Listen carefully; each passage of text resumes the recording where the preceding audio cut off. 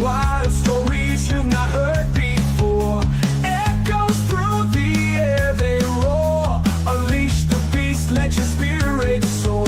Fists in the air, the crowds ablaze. Moments that seal the mundane haze. No fear, no hold in this maze. Reach the peak of these wild days. It lives, Friday night lives.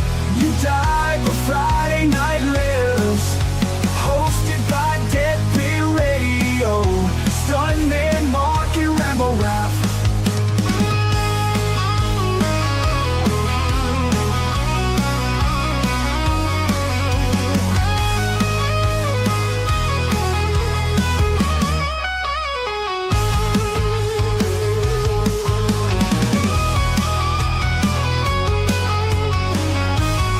I'd like to take this time just to tell you to eat my ass. Fists in the air, the crowds ablaze. Moments that steal the mundane haze. No fear, no hold in this maze. Reach the peak of these wild days. It lives, Friday night lives. You die, but Friday night lives. Hosted by Deadbeat Radio. Stuntman, Marq, and Rambo Rap.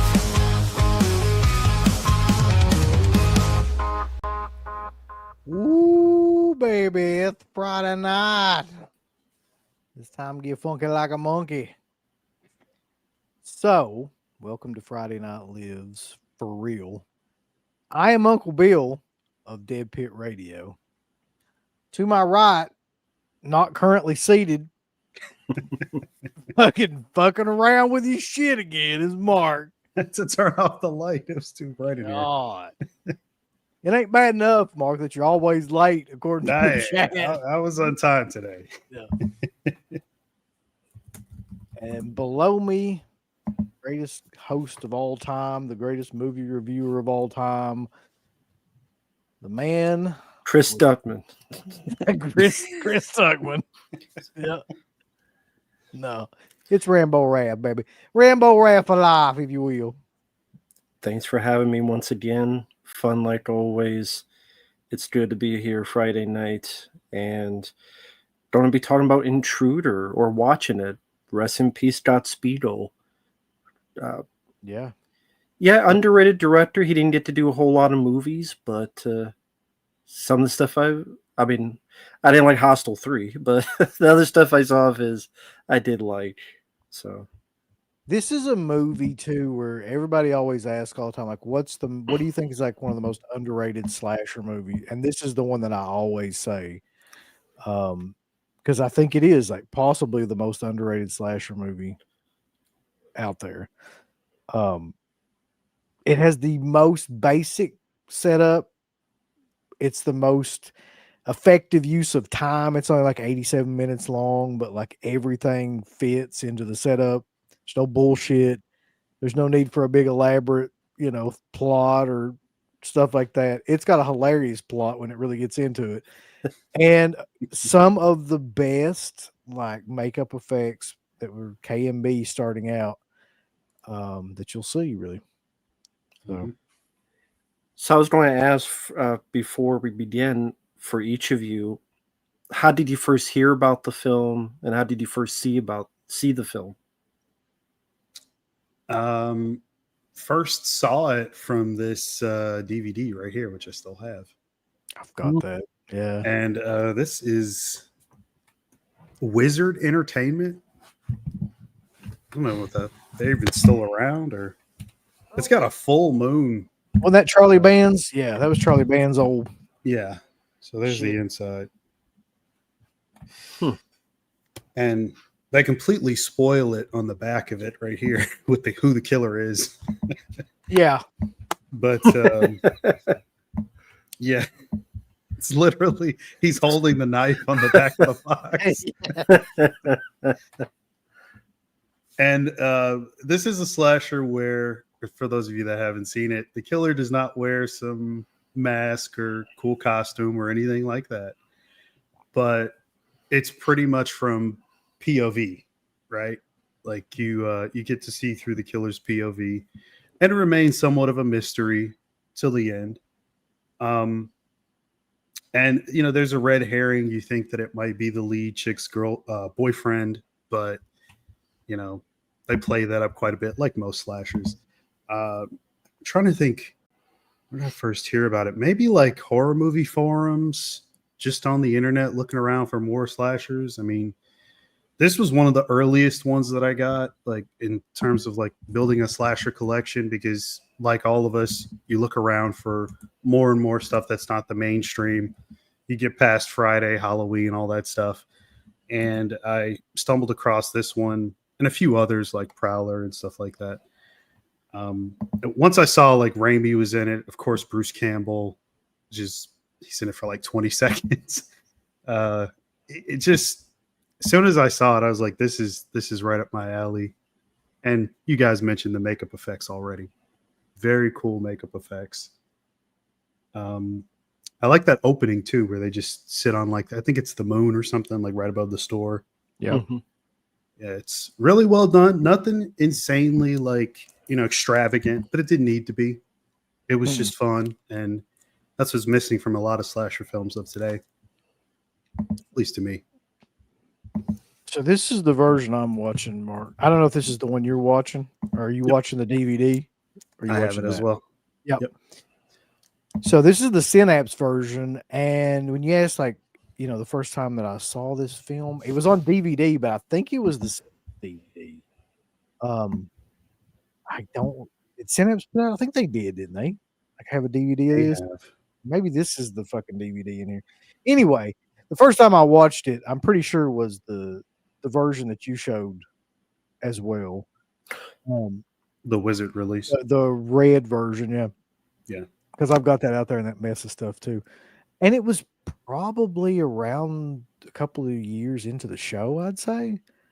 Like into doing the original Dead Pit show. So we're talking probably between 2005 and 2007, I would say. The main thing I remember about it was just laughing so much about Danny Hicks. Once he really like kicks it into gear and everything, but how funny that character is, and just kind of like how silly that whole thing is. But I think, I'm not sure if they were trying to make fun of the slasher film, kind of like where there's no real reason for it or anything, but like whether they were or weren't, it's still funny. Like, Yeah. just the whole idea of that is hilarious to me. You have this, right? What's that? The so War print. yeah, they were doing a thing like early on. If you got in on like, I think it was the pre-order, Synapse would send you this. No, I don't have that. And I'll tell you why I don't have it. It's only 500 copies. I think that's what it says. Let me open it. I can tell you why I don't have it too, because this is the screener version that Synapse actually sent us. Ah, okay. I can tell by the little punch mark through the barcode up there. So yeah. So it's number 357 is the one that I have. Huh. So this was way back in, I guess, 2011, because this Synapse catalog in here says 2012 on it. Yeah. So that had to be at least 2011, 2012 when they put this Blu-ray out. Oh, definitely. Yeah. Yeah, it's some cool artwork on the discs, though. 2011, Mark. I just looked Nice. on the back. Yep. Nice. Yeah. I mean, it takes a couple times watching this movie, I feel like, for you to really get like everything, you know, get into it and everything. But there's one or two scenes in it that are automatically like great. Like when you first see him, you're just like, okay, this is fucking awesome. Yeah. And you know one of them because it's the one like classic scene that everybody always talks about. But there's a couple actually. Great. It's just a great film and great slasher film for sure. Before we do get into this movie though, and I want to get into it though, we were talking about this before we got on. So the Night of the Living Dead 90 discs are shipping. I got mine shipped from Diabolic. I think Mark, you said you got yours shipped as well. So they should be here within the next week at least. Yeah. Very Yeah. cool. Gonna have to compare. I doubt this is the full uncut version. We were talking about this earlier for people in the chat. This one is listed as the uncut version. You guys can see that little sticker on the back right there. I will compare the two and see how much is what's different. If there's any extra footage on this one versus the new one that they just put out. And I'll probably do a video on this. Yeah. I think that maybe at some point too, we should think about doing a watch along of that version of Night too. Mm-hmm. Rambo, did you order the son of a bitch? We might not be able to do it if you didn't order it.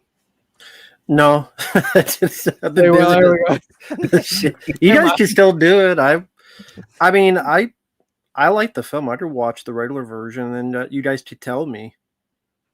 I mean, I think I'm not going to get lost watching Night of the Living Dead 1990. It's not like I'm going to be confused. No. So I can follow along the regular version, and then It'd be interesting to see, like, what the difference is. Because I'll just ask you, is this going on? Like, yeah, I'm pretty Yeah, sure actually. I've seen that movie enough too, where I can I'll be able to spot anything new Mm-hmm. that would be in there. But yeah, at some that point should be we cool. do Yeah, I'm down for it. It's a good movie. it. Other than that, there hasn't been a whole hell of a lot happened over the last week, like horror movie wise. Sleepaway Camp remake by Kenan Thompson. I saw that news and I was like, "What?" Maybe Kel will be in it as the He girl. probably will. That's the funny thing. He'll be be the all damn cook or something. He'll be the girl with the dish. They got Robert back as if he's going to be the savior of it. I thought about that too. I'm like, didn't he also do the fucking Return to did. Sleepaway Camp one? It's Yeah, like, the Yeah, legacy this sequel. it's not going to be good for anybody. No, we've been down that road already. Exactly. And somebody did bring up a good point. It's like, what the fuck is with all these just random celebrities that want to bring back these horror movies? It's just the weirdest people that want all of a sudden. Danny McBride always confused me too. Just always wanting to come in and remake horror movies. It's like such a weird guy to have doing it. Yeah. I mean, him being in Covenant or whatever was one thing, but for him to go on to write a trilogy for a slasher franchise is pretty weird. I guess the only other thing is the A24 trilogy for X. You know what's fucking hilarious about that to me though, Mark? What's that? I didn't order that, and everybody on the I didn't either. Everybody on the forum was fucking losing their mind and getting it. And then today, seconds, it's coming out with every one of them these huge box sets. I'm like, good. That serves you all right. People making fun of me and shit. Fuck all of you. Every one of them. That's hilarious. Will you be getting either one? A24, which The I'll be second getting the side. second side one, 100%. Yeah. Hmm. But the problem with the A24 ones is they're in those huge, those midsummer Mm-hmm. fucking box things, which you can't fit those anywhere. No, you can't. They're like coffee table books or something. Yeah. So And they're A24. That's the other problem. that is an issue. Yeah. Huge fucking problem for me. And listen, don't be coming in here like that one motherfucker who says that a bunch of shit. That's one thing you two have in common. Y'all have to keep that in mind. Yeah. But I also feel like that's mostly because he's too dumb to follow anything in him.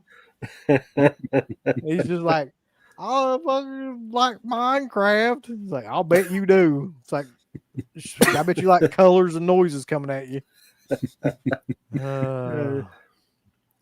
I'm the same. Damn. That Minecraft movie, I'll never get over that. I'll never recover from it. Yeah, we'll try. Holiday Style says, anyone get drunk for this show? I did Valium, weed, and Xanax. Damn. Don't overdose, dude. Yeah. It's a lot. That's a good question. Like I was like, why didn't they not? They must not have the rights to that, or they would have put that out at the same time, wouldn't they? I would imagine so. I did read something about it's a rights thing. They couldn't get it or something, which is probably why they did individual releases. I mean, they just took what they could get. So, I mean, to be fair, that would be the one that I give the least shit about, honestly. I was thinking about that too. Like, that's the one that I like the least anyway. I'd rather have Maxine or Pearl. He'll black out by the end. Good time, brother. No, I don't think y'all will black out on this movie because it's only 80-some minutes long, so everybody should still be around unless you just like mix methadone with Xanax or something. We should be good. Let's not do that tonight. So I was gonna say thank you, Bobby. I just shit. saw that. Yeah, I forgot about Bobby. Hold on. Speaking of Danny Harris, Bobby Joe. Bobby says Keanu Soto from Big Brother might be my favorite Big Brother player. The way he does and crushes competition with ease, he's like Braun Strowman of the Big Brother. That's a show I haven't seen in forever. That's a show I've seen never. I've heard of it, but it sounded like people being fucking stupid for like however long. I did watch that in real life. I don't even watch it in a show. I would go outside and watch people act like a fucking idiot. Or act like, some poop stain collectors or whatever. I don't give a fuck. All right.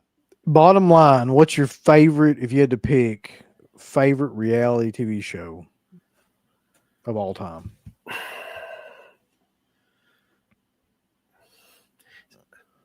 It's not reality. Well, it's a real show, Dirty Jobs with Mike Rowe.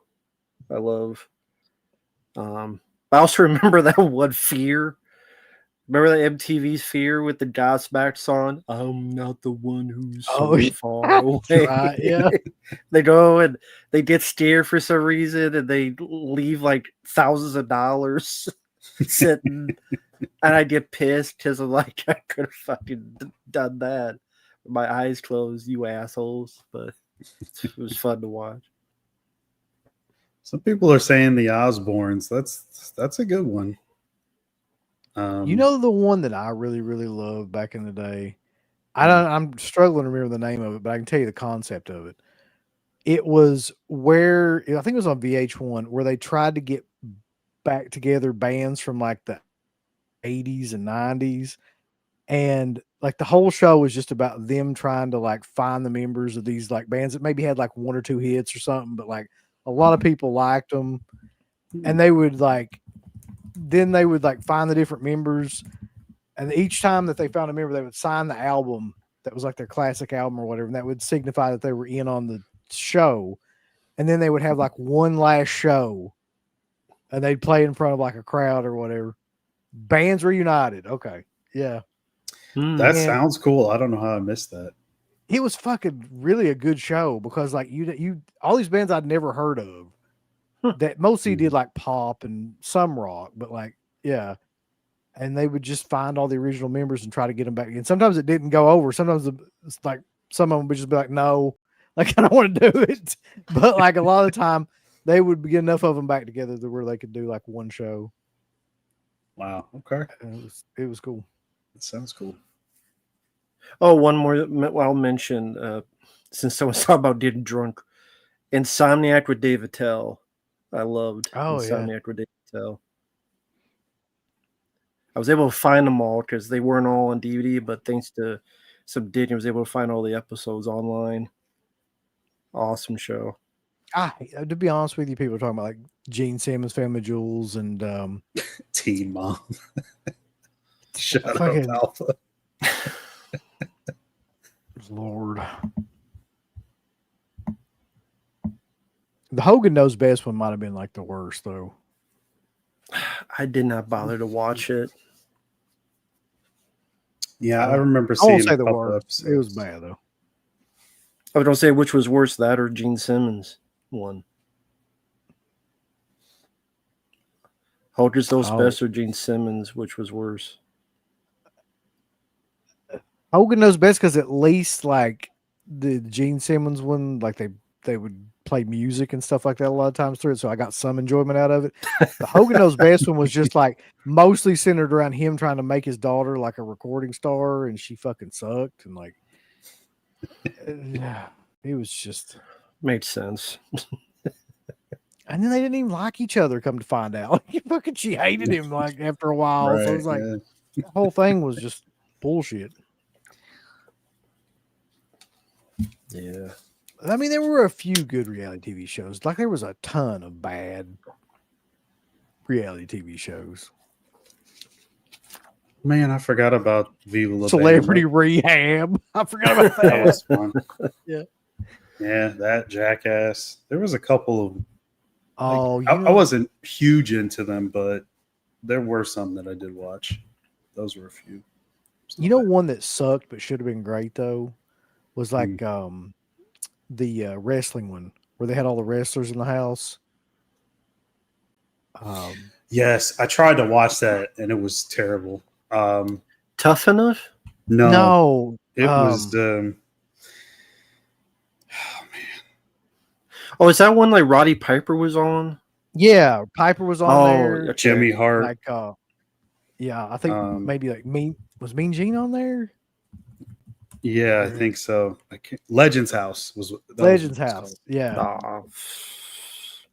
that should have been amazing, but it was just ridiculous. So much of it was just bullshit. Yeah. I did. Maximum Extreme Challenge was great back in the day. Like I'd come home from school and watch that. One I liked was the first couple seasons of Scare Tactics. Shannon Doherty. That was good. The prank show. Yeah. I forgot about that. And then it got stupid and they got like 400 other hosts to do it. And Yeah, it was Stephen Baldwin, and then it was he was with Bruce Willis and Cop Out. oh, Tracy Morgan. Yeah, Tracy Morgan. Yeah. Yeah. Remember the show Battle for Ozfest? I vaguely remember that. Yeah. I don't remember that one. MTV show fuck? Fear. Oh yeah, you were just talking about that. Yeah, I remember it was only one season, Cannonball Run 2001. Tried to do the Coast to Coast Cannonball Run. How'd y'all feel about Punked? You remember that fucking show? That's good. I do. There were some funny episodes, honestly. My I hate favorites to were the admit it. ones where they were like they legitimately freaked out on people, like the celebrities, and like they caught it on camera. Anyway, that's neither here nor there, I guess. But so okay, we're gonna watch Intruder. I guess this is the uncut version because this is the version I'm watching, which is that version too. Rambo, what version are you watching? Like, or how are you watching? There's one on YouTube. If you guys type Intruder on YouTube, it is the uncut version. So anyone that wants to follow along, again, you just type in Intruder 1989, and when you hit the over 20 minutes, Full Moon Features actually upload on their channel. That's the uncut version, so that's up there for free for those who want to follow along. So I'm watching on that. You can watch it on Tubi, but there are commercial. Oh, sorry, go ahead. If that's the only way you can watch it, that's fine. But I highly advise you not to. Last time I tried to watch a movie like this on one of these for fucking, it was like literally 9 ads that were like 2 or 3 minutes long. I was wanted to just bust the TV open. So yeah, I saw that. I saw that commentary. It's like every 5 minutes. I don't know. Like, yeah, you just had to stop and like wait and get caught up. Is it on Amazon or probably not on Amazon? Is it? Actually, I think it is on Shudder. If anybody has Shudder, you can watch it through there. If you haven't seen it though, you will not be disappointed if you like slasher films. I will guarantee you that. Right.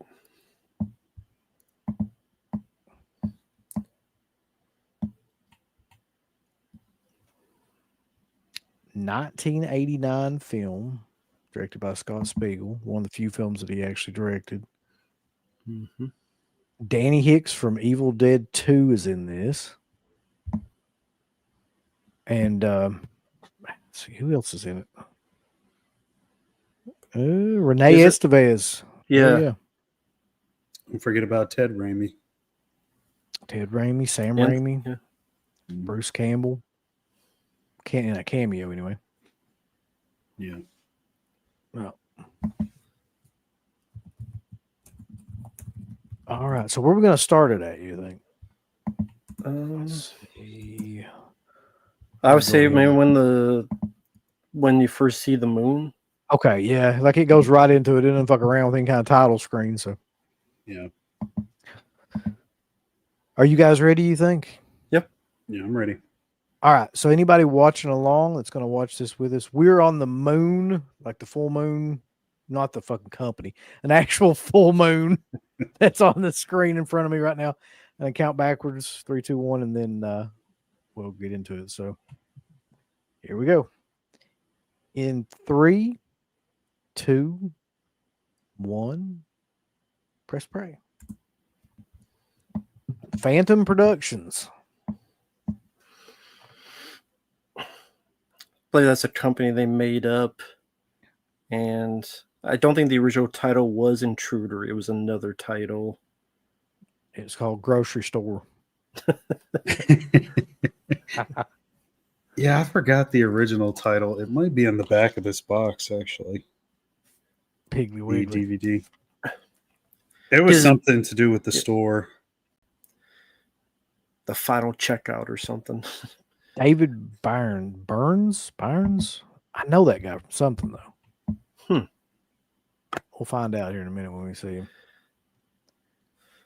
But this was based on Scott Speedo and friends would do these short films, and they did a short film back in the day that took place in a grocery store. And so figured, Sam Raimi and them, they're getting some popularity because of Evil Dead 2, which Scott Speedo wrote. So try to make your name, do a movie. Night Crew. Yeah, that was the original title, Night Crew. And Kurtzman, Nicotero, Murder, they kind of did this for peanuts because they were hoping the uncut would be out there and show their effects. Yep. Be like an effects reel to get more jobs, but then when it came out, it was all cut out. So they couldn't show it. Well, when you actually do see the stuff, you can kind of see, how they would think that. Mm-hmm. Well, especially 89 when everything was getting cut. Like This is a weird year, for a slasher film to come out, because 89 was like, all the movies, the big movies like Jason Takes Manhattan, they were all getting like just destroyed, censored, like everything. It was kind of a backlash to all of the stuff that had come out in the mid 80s, I think. So which is better, this or Cutting Class? And I tell you, Cutting Class is so fucking hell you talking about? I'm just saying it's another 1989 slasher. Fuck, it ain't much worse than Cutting Class, really. It's pretty bad when I first saw it. If you like watching like Brad Pitt talk to women for fucking literally like 90 minutes. But the first time I saw this was in 2005. That DVD that you showed, the red cover. Yeah. Mm-hmm. There was a store. I lived in a different part of Texas. It was a store called Hastings, which they used to have a website, but it was a massive store. Was it Go Hastings or something like that? The website was Go Hastings, but there was an actual store called Hastings. Oh wow, okay. I've actually bought a few movies from Go Hastings. But they had like any movie you could think of for rent. They even had this movie for rent. They had like the Rambo cartoon for rent. They had like everything for rent. So I saw it there and I'm like, let me check this out, and liked it ever since. So I feel like that even for this time, those are old cash registers. I don't think they had I think by this time they kind of updated them to. Yeah. It's like, I mean, I can remember this time period. Now this old guy, I'm a big Three Stooges fan. He was in a lot of Three Stooges. He was the guy that says, "Hold hands, you lovebirds." Emil Sitka. So yeah, he looks familiar. Yeah, the Three Stooges that would get married, he'd be like, "Hold hands, you lovebirds." There's a lot of Three Stooges shorts back in the day, so pretty Take a cool they got second him. though and just recognize the wonder that is Renee Estevez and Sleepaway Camp. What was she in? 3, 2 or 3? I can't remember. I think 2. 2, yeah. And she was in something else too. Might have been, was it Slumber Party Massacre she was in? Or Sorority House? One of them massacre fucking movies. Yeah, I think it was one of those. I'm not sure she ever made it outside of the horror genre, did she? Like, she kind of just No, not petered that off. I can remember. This guy, the biggest red herring in the fucking world. This guy, It's fucking leather No, jacket in the the t-shirt. leather jacket, smoking guy, just hanging out. Somebody loved to put cameras inside of the shopping carts in this movie, didn't they? They were like, Yeah, they call those the Scotty Spiegel shots. Those are like it became signature for him. Yeah, he always loved doing that. You'll see a POV from inside a phone, inside like a cereal box. It's just he did the same in I actually liked this film despite its flaws. From Dusk Till Dawn 2, he directed. He had those same type of shots. Inside the vampire's mouth, right? Yeah. Yeah, I remember that. so connected. I'm at 5 minutes and 36 seconds right now. Yep.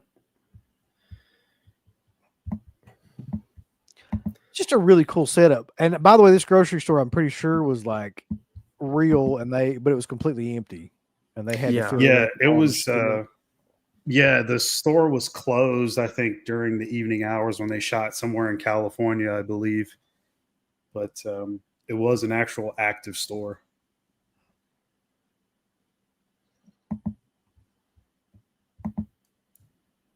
Got Billy Ray Stewart here. Billy Ray. I just I never knew how copyright works. Like if you have stuff in the background, you don't have to pay for it. Because I thought usually you had to, but I guess not. Because you see a lot of products in the background throughout these scenes. I guess for some reason I thought you had to pay for it, but So the exact opposite of Repo Man.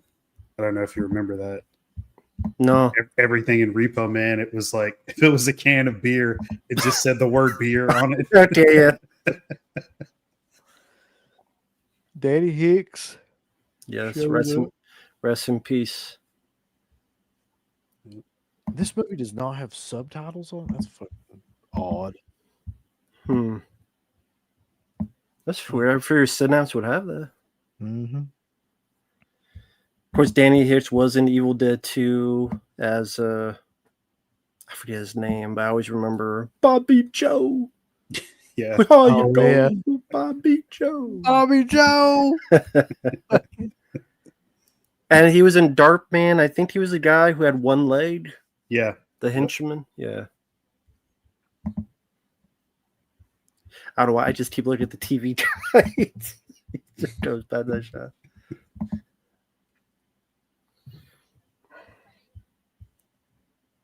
That's a bunch of shit, bulls. You got to have subtitles on there for just such the occasion where I can't turn the volume up and I have to fucking try to decipher what's going on. Are there subtitles on the DVD? Let's see.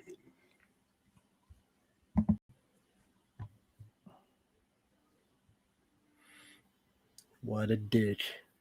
Mm-hmm. It doesn't even say. No, it doesn't say.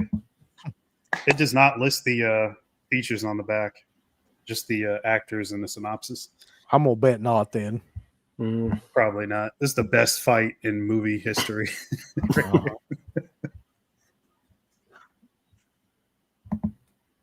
He's gonna put him in the diamond cutter. Nope. Look at this. Yeah. I wish it worked that way. That'd be great. Just rare back every single time. There you go. Kick him in the balls.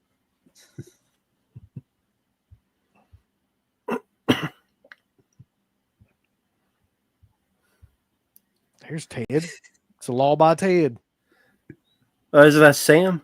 Yeah, that was Sam. That's Sam. Oh, that's Sam. Yeah. Just spilled his coffee.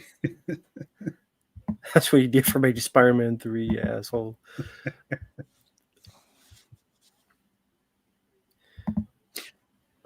Speaking of, Danny Hicks was in those as well, the Spider-Man movies. Oh. Why does this one guy have a fucking fedora? It is weird. This weird he just has a fedora. Maybe that's a normal thing at that That wasn't time. the style in '89. I don't know. It's just, Fedora. especially like inside, like Livy's just wearing his fucking fedora while I'm putting groceries up. He's really like acting the shit out of the sneaking up thing. Yeah. Very careful. And since we were talking about Scott Spiegel briefly, we I don't know if you guys know, we didn't mention that this was based on some of his accounts of like him working at a supermarket late night. It's kind of the basis of the idea. So Kim Smith stole Clerks from this. Mm-hmm. Yeah. For those who are, if you ever want to look back, you'll notice all the cereals are kind of squished. It's because they got all the rejected food. So like every cereal box is like squished and messed up and stuff. It's all just the stuff you can't. It's like dented cans and stuff. Yeah. Mm-hmm. Matter of Pat says, I think the fedora was a Nightmare on Elm Street reference since the glove was in Evil Dead 2. Maybe. Did either of you ever work at a store like this? I fucking Grocery wish. No. No. The closest I did was a Target. Yeah, I never worked at a department store. I would have loved to have done that. No, you wouldn't. Well, I mean, as opposed to what I was doing at that time, I probably would have. What year would that have been? That have been like in the 90s or something? When I was working? Yeah. Or That either job, one of you. That would have been when I was 16. That'd have been 96, yeah. What about you, Matt? You said you did Target. What year would that be? 2003. Okay. Pretty much like you have like 1,400 things to unload, and they want you to do in like in 30 minutes and put everything up in like 2 hours. And if you don't, you get yelled at. So no taking time out to play like the PlayStation thing? No. Play like the sample games? Nah, the Target was that sophisticated. They didn't have that. Okay. They just had a day where everything flooded, so we spent the whole morning pushing all the water in the back. Oh, man. Your white sauce turned to black.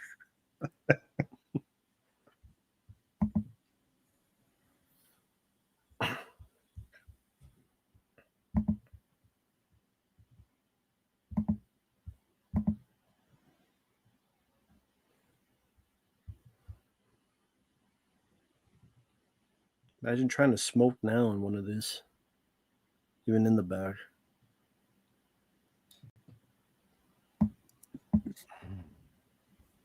It's funny you bring this up, Freddie, because I just watched this movie again recently. And I don't really? know why? Yeah. Well, I mean, because Michael Felcher's releasing the. How do you feel about it? It's not very good. Yeah, it's terrible. Not a good movie. But some of these movies he picks, I'm still trying to figure out why the hell he's releasing them. He must have got a deal on all of them or something. If he bought like buy one, get one free kind of. You buy Friday Night 2, you throw in like 976 Evil. I don't know. Yeah. No, I'm not much into 976 Evil 2. There's good old Ted Raimi. Mark loves the film. Yep, he's a huge fan. There's no white things in it. Yeah, it's all factory, yeah.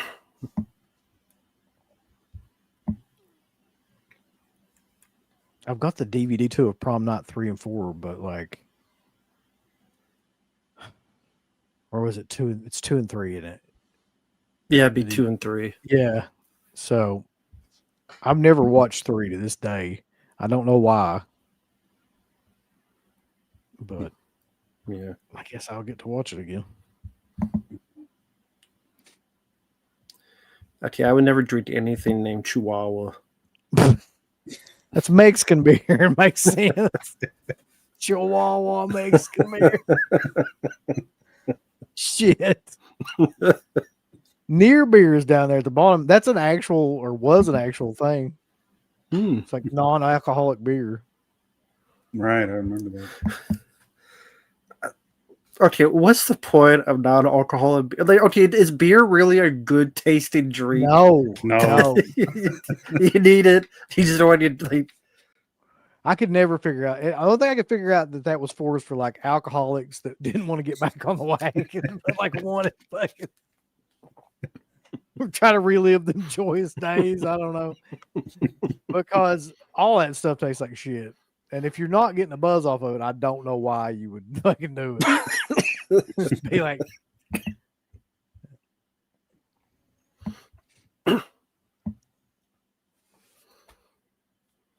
So this may be a random question, but I know I would say, like, at least Uncle Bill, you're one of the biggest slasher film fans out there.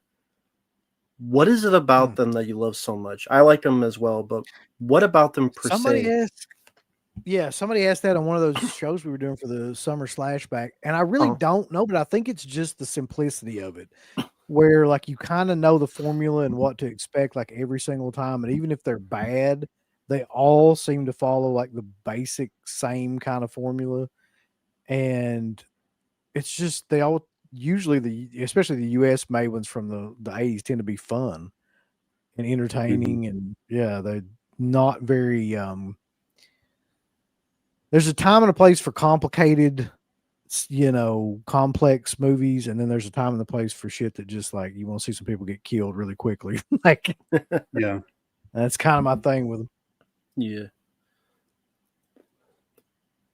Yeah, they're really easy to get into.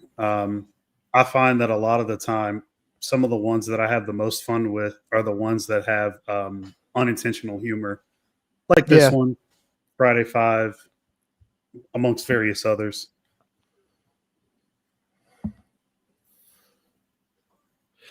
And for those with if you ever catch it, because they shot for a while, you'll notice that the TV guys keep changing.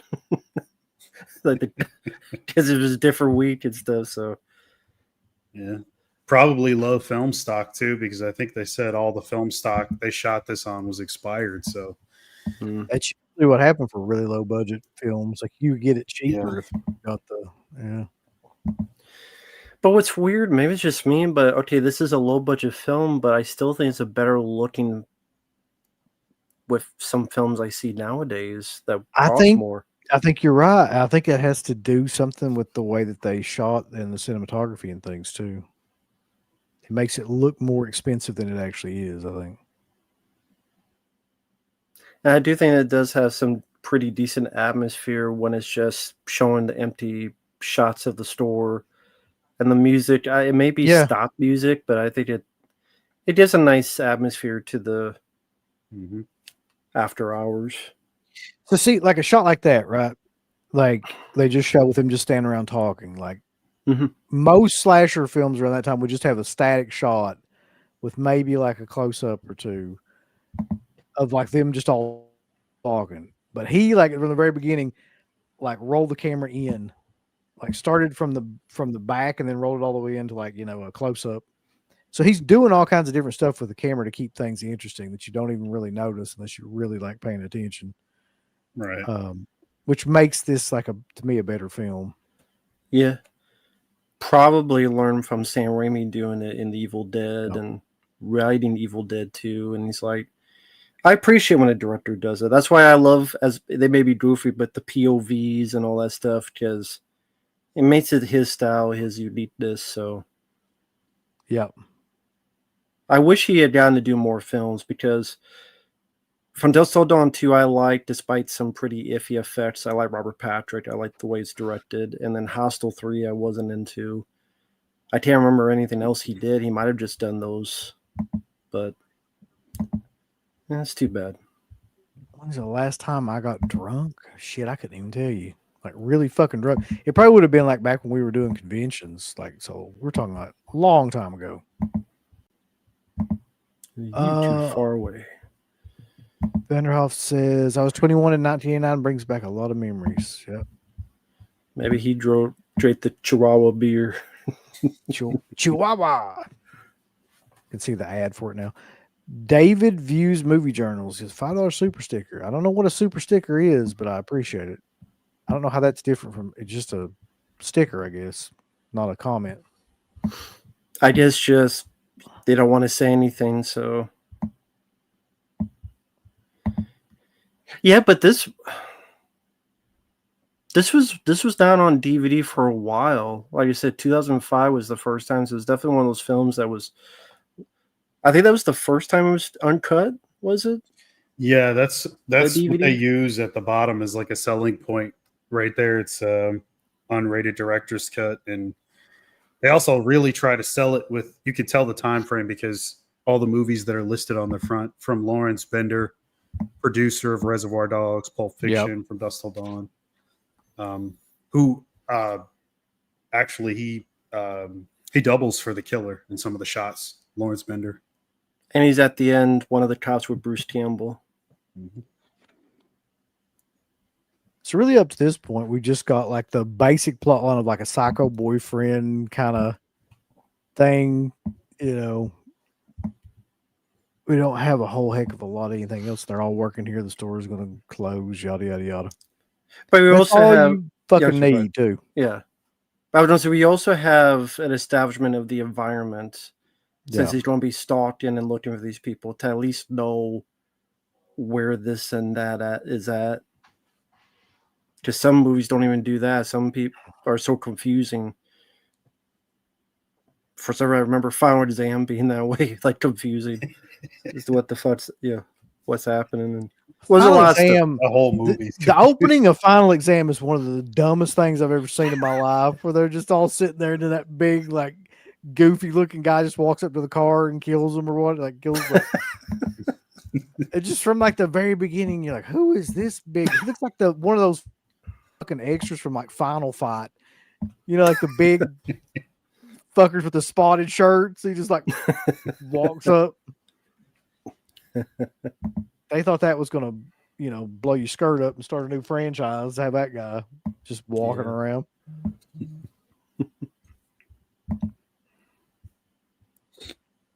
Speaking of which, creepy guy in the window.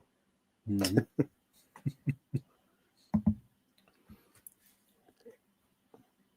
If I ever make a slasher film, I'm gonna have that shot in it for sure. Just some dude standing at a window, just staring, and then cut away. If you did, that'd be Wes. Yep. Can you imagine? That would 100% work.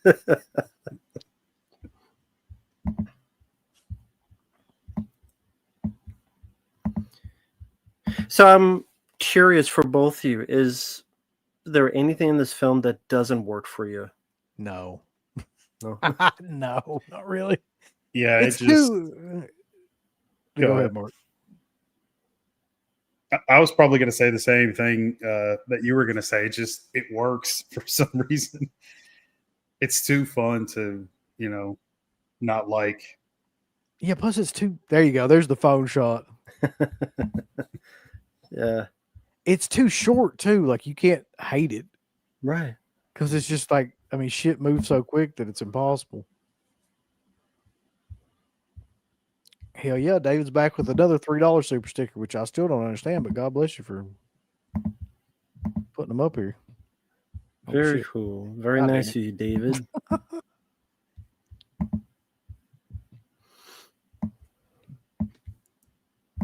Yeah, the ending is the only issue I have. It's the way it ends is a bit weird. Mm-hmm. Either I wish it was a bit longer or just a little bit here or there, but that's like a nitpick.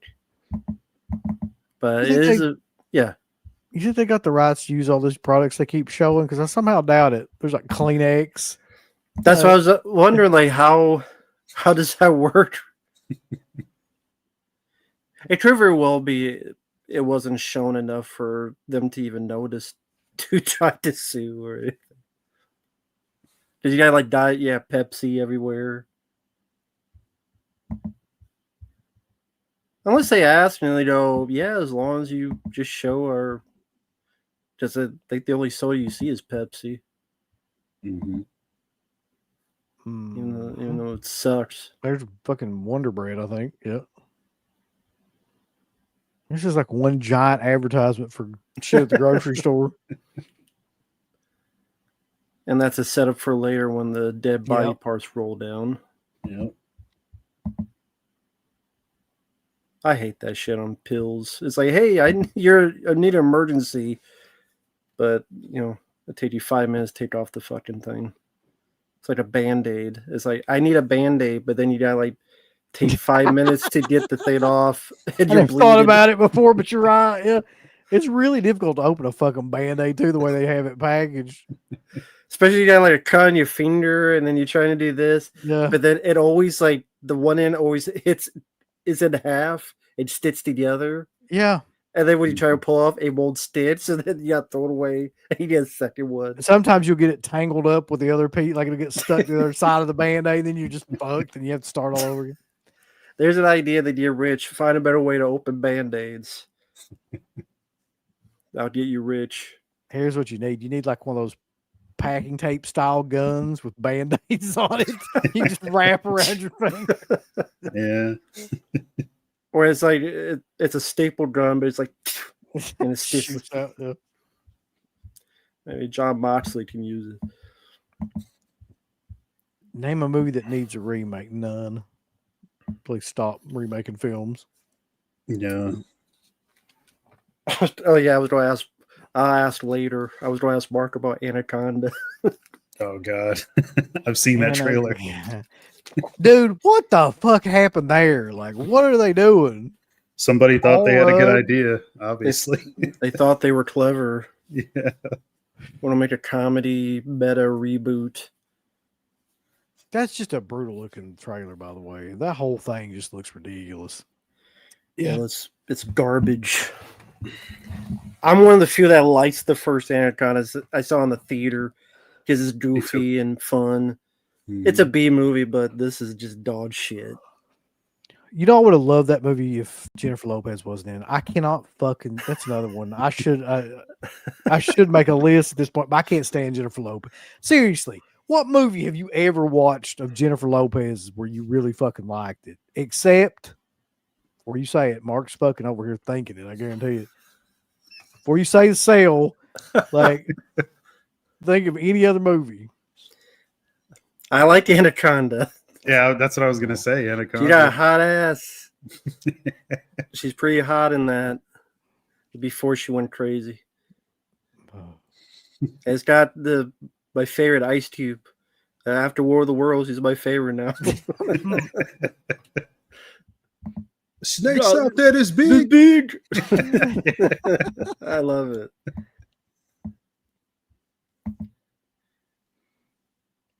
I like the fact that Danny Hicks is just playing a shit kicker again, basically. Yeah. He's typecast in that role.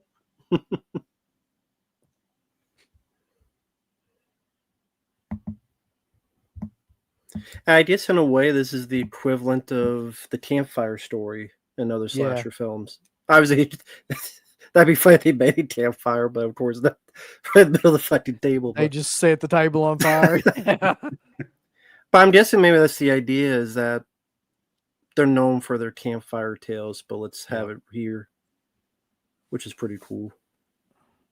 Listen, that really is like one of my favorite parts about slasher films too, is that there's always, well, generally if it's at a camp, there's going to be a story around a campfire about some sort of like legend.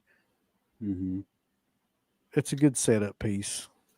I like how this is supposed to be lunch, but it's nighttime. Yeah. You know the movie that I think did that the best though, aside from Friday 2, The Fog, where he's telling that story and everything. Mhm. Yeah, John Houseman. Yeah. Yep. Very good. Was there one that was the worst that you can remember? That you like? You There's usually so like many, it, but man. There's so many. Like I couldn't tell. I'm sure there's some really bad ones.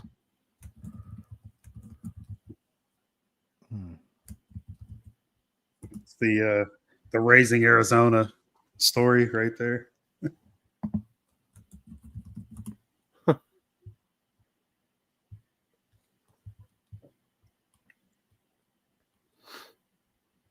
The alternate title for this film was also Terror Without a Face.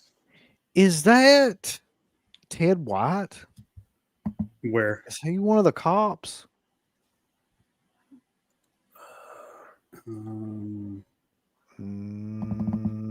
no, No. It's just a dude that looks an awful lot like Ted White.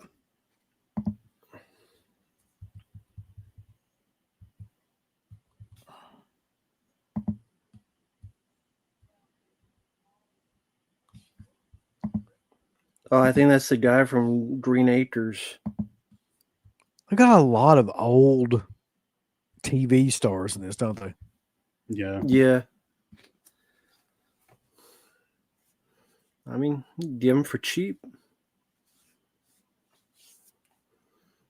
It's like, what was that awful film? The Alien Dead, and they had like Buster Crab from Flash Gordon or something.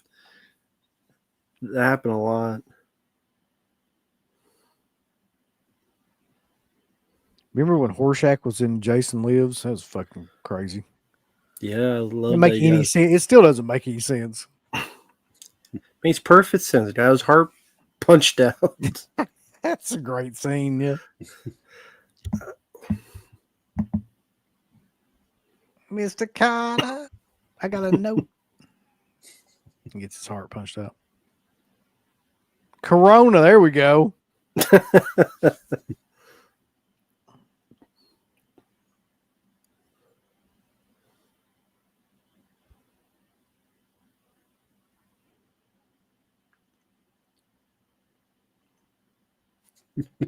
I bet it was Garrett. Damn. All right, Garrett. I understand. Garrett, listen, that movie's killer, and you know it. It's pretty. You're right. Yeah. It's really hard for me to defend Megan too. Which is worse, Jaws the Revenge, I Always Know What You Did Last Summer, or Jason Takes Manhattan? Okay, ironically like Jaws and Jason Takes Manhattan, so probably I'll Always Know What You Did Last Summer. Yeah, definitely the worst. Yeah.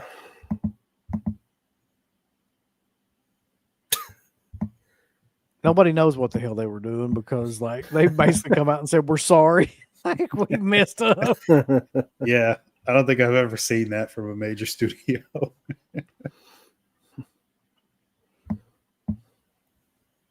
They really did have the easiest job in the world to make a sequel to that movie, and they fucked it up about as bad as you can fuck it up. Mhm. I made a sequel to a shitty film. Made a sequel to a bad film. You did a bad sequel. It's their fault.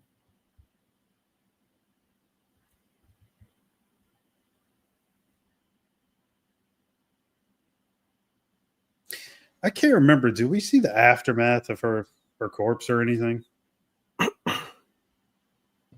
I don't remember. I don't remember either.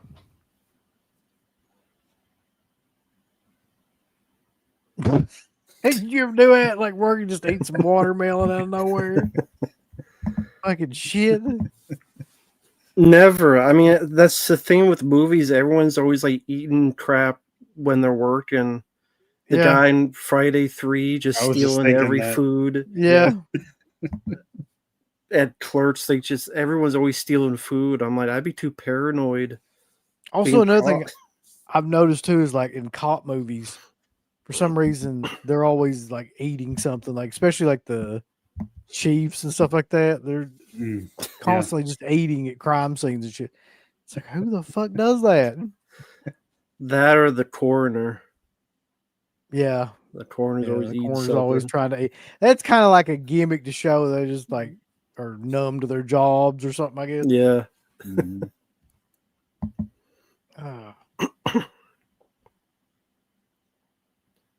Come on, Roy, get your hands dirty.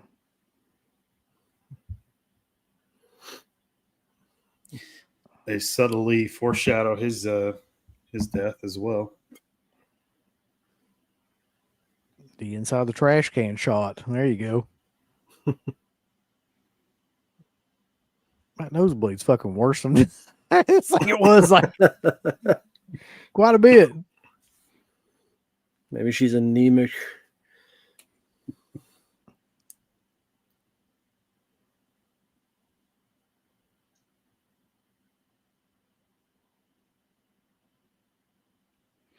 I don't think they'll make another Megan for a while, if they ever do. Hopefully not. Buddy, Mark, fuck you. Listen, I like the first one.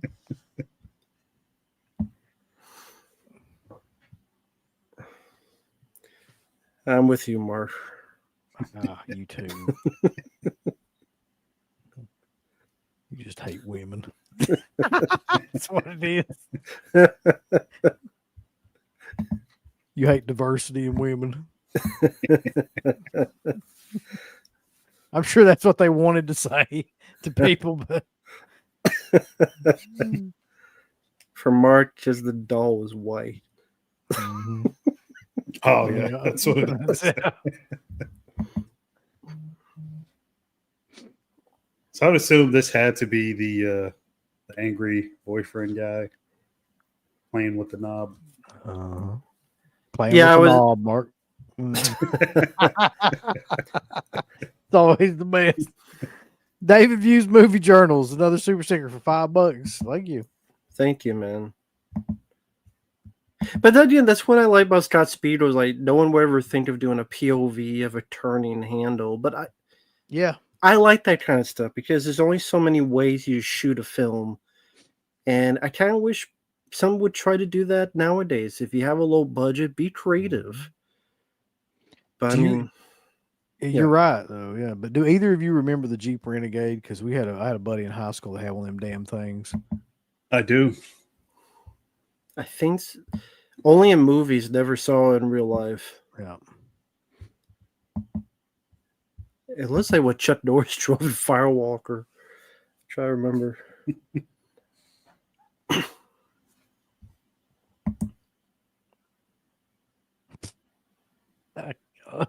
It's just like don't use the dumpster at the grocery store. Just throw the trash on the ground. That's realistic. Like the dumpster's empty, but it's trash everywhere else. That's pretty realistic. Yeah, that's fairly true. It's another great movie fight.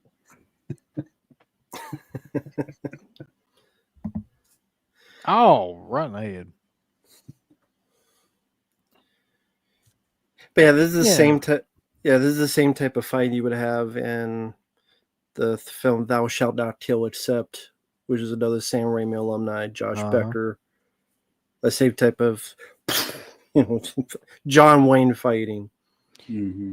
Let me ask you a question. You got hit in the head with a hammer. Do you think you just knock you out? Do you think that'd probably be worse? I don't know. Triple H uses a sledgehammer, and they get up like a minute later, and they're fine. Be killer if Triple H fucked up, really hit somebody with a sledgehammer. Which I know as a side note, I always hated that. I mean, I don't like Triple H anyway. I always make fun of him like Nipple H, Preparation H. I always call him these names. But it's like using a fucking sledgehammer, and they're like, number one, you're a pussy if you do that to win a match. Number two, they're dead. Yeah. But anyway, yeah, if you get hit with a hammer, you're probably dead. But, There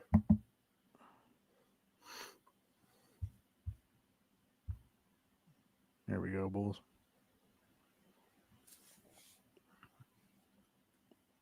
Business about to pick up, if you will.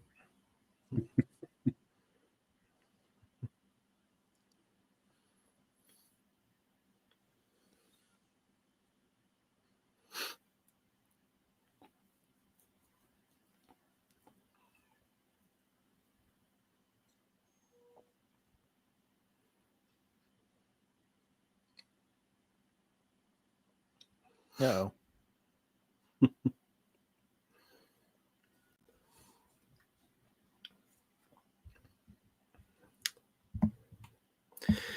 I mean, like you said, there's definitely when it picks up because, like, I remember when I first saw this. I remember, okay, this first half, I'm liking the film because the location, Yeah. and then when you see this, yeah, Oh, go ahead. It's where it really gets like. Yeah, the you see like how graphic it is, and also little touches like the whole thing with the blood on the light bulb, which is very cool. Kind of an Evil Dead gag too. Yeah, Didn't they do that in Evil Dead? Yep, I was just thinking that. Yeah, Yeah, they dripped on at the end of Evil Dead 1.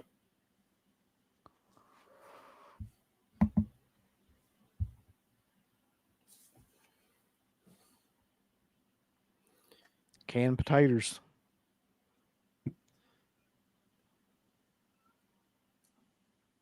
Plus, it's really kind of nostalgic to see a lot of these brands from that time period too. It's really weird. Look what they look like and everything in the store. yeah. Yeah, I don't know why, but there are times once in a while I just stop and I watch like an hour of like old commercials, which is weird because I would skip them back to the day. But now, like, it's fun to go back and watch like how things looked back then. Yeah, because everything is all grayed out and fucking shitty now. Like they don't even try. Right. But yeah, I guess if you look at it with the uncut version, I guess you would call this one of the gorier 80s slasher films. Yeah. But if you add in the uncut version, what would be the goriest 80s slasher film that's American? Because there's gory like foreign Italian, but I mean like American slasher film in the 80s. That's the goriest, and you can use that in uncut version. My Bloody Valentine comes to mind, especially for early 80s because That's Canadian, motherfucker. You can't pick at. Oh yeah, that's right. US. Canadian. Well, let me ask, which do you think is more violent, this uncut or My Bloody Valentine uncut? Oh God, that's tough, man. They're both pretty. I mean, from Probably this. From this time period, you're kind of right because in the U.S. there's not a lot of really, really gory stuff. It's like it's always Italian, kind of at that time, around that time period. Maniac, that's a good choice. Yeah. Yeah. Yeah. Oh, Prowler makes me think of Prowler as well. Not a great film, but the kills are memorable. Yeah, slasher film wise, let's see. Hey, I guess Maniac would be my choice. Pretty, for goriest. pretty, yeah. The head explosion and that ending torn apart and stuff. But I mean, Dawn of the Dead is really gory. It's just not very. Well, that you wouldn't call that a slasher not film. believable. No, I wouldn't call it a. Yeah, Maniac definitely has the better shotgun to the head explosion between that and Prowler because he does it again in Prowler as well. And it looks much better in Maniac.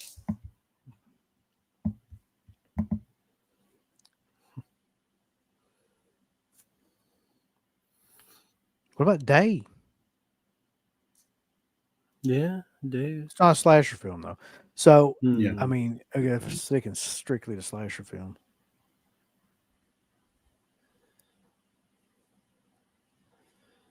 And this is an interesting bit of editing. Yeah, I thought that was kind of clever. To establish the whole the thing. headphones. Yeah, that's always a great shot. And safety first. Yeah. But cheer up. Just like the detergents. Like, cheer up, he died. The first gory slasher movie, honestly, I think is probably Friday the 13th. Mhm. And if you're talking about US stuff, like what we would consider gore now. What about Blood Feast? Whether Herschel Gordon Lewis. I don't think. See, those movies never struck me as like slasher movies. They struck me as like some sort of weird Mondo kind of fucking. Oh, yeah. Burning, maybe. I know.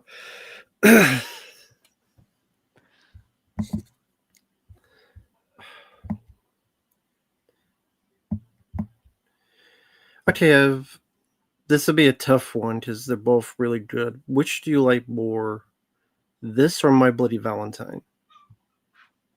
Fuck, man. Coming out with the Heat Seekers tonight. That's the point. Because they're both good.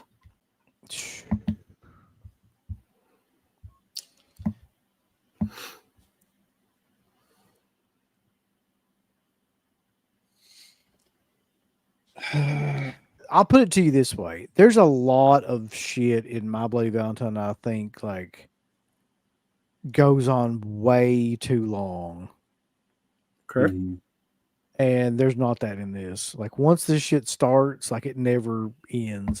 There's a lot of stuff around like the couples and the dance and all that stuff that just goes on, drags on forever in that movie.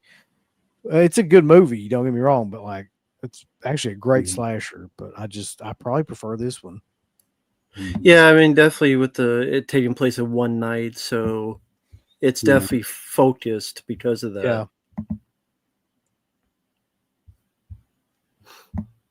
I'm still trying to think of. It's crazy how like a lot of the slashers from the 80s, they're not really gory. No, when you really think about it, they're not. Like especially the American stuff. Think about all the Friday the 13th movies, and none of those are really that gory looking back. Right. And then you think about, like Halloween, none of those are really that gory. None of the Nightmare on Elm Street movies are really that gory. Like, I just thought of another one.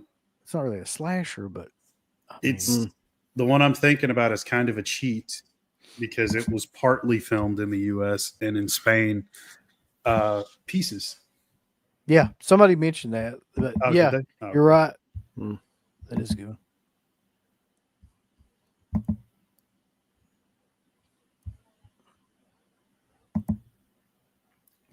Mark's not going to answer my question. Which do you like more, My Bloody Valentine or this? I prefer the kills in this for sure.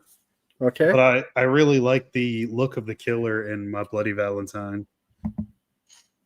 It's hard to say because I guess it would have to go down to characters. And I have more fun with these characters, honestly, than the ones in My Bloody Valentine. So probably this.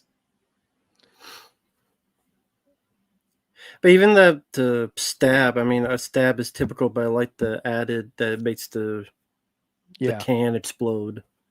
That's what I was saying with that shot. That's a killer shot because like you get the blood and everything just like bursts out like a chest burst or something. Mm-hmm. Yeah.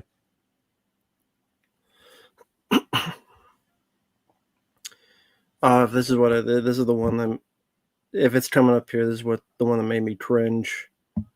In a good way, like the most death scene wise. Yeah. Because I worked these machines when I worked at Target, so I was always stuck in my head when working these machines.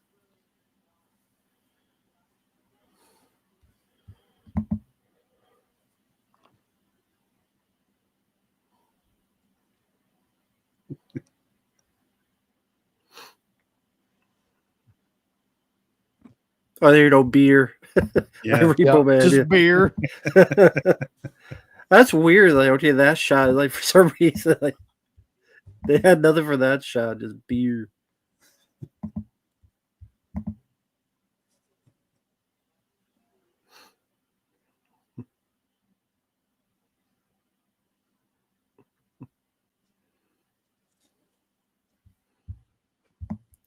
And I guess you couldn't make this film today because everyone would have a cell phone. True. They just call.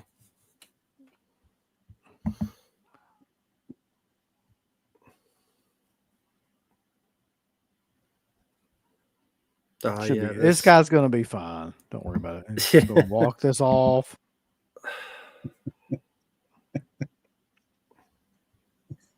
Now this is not gonna bother him. Ultimately, because he's gonna. Jeez.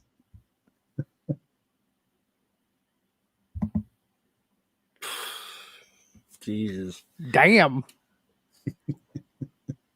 That and the Saw one was the ones that got me. Yeah, the Saw one. The Saw one's always the one that I'm like, yeah.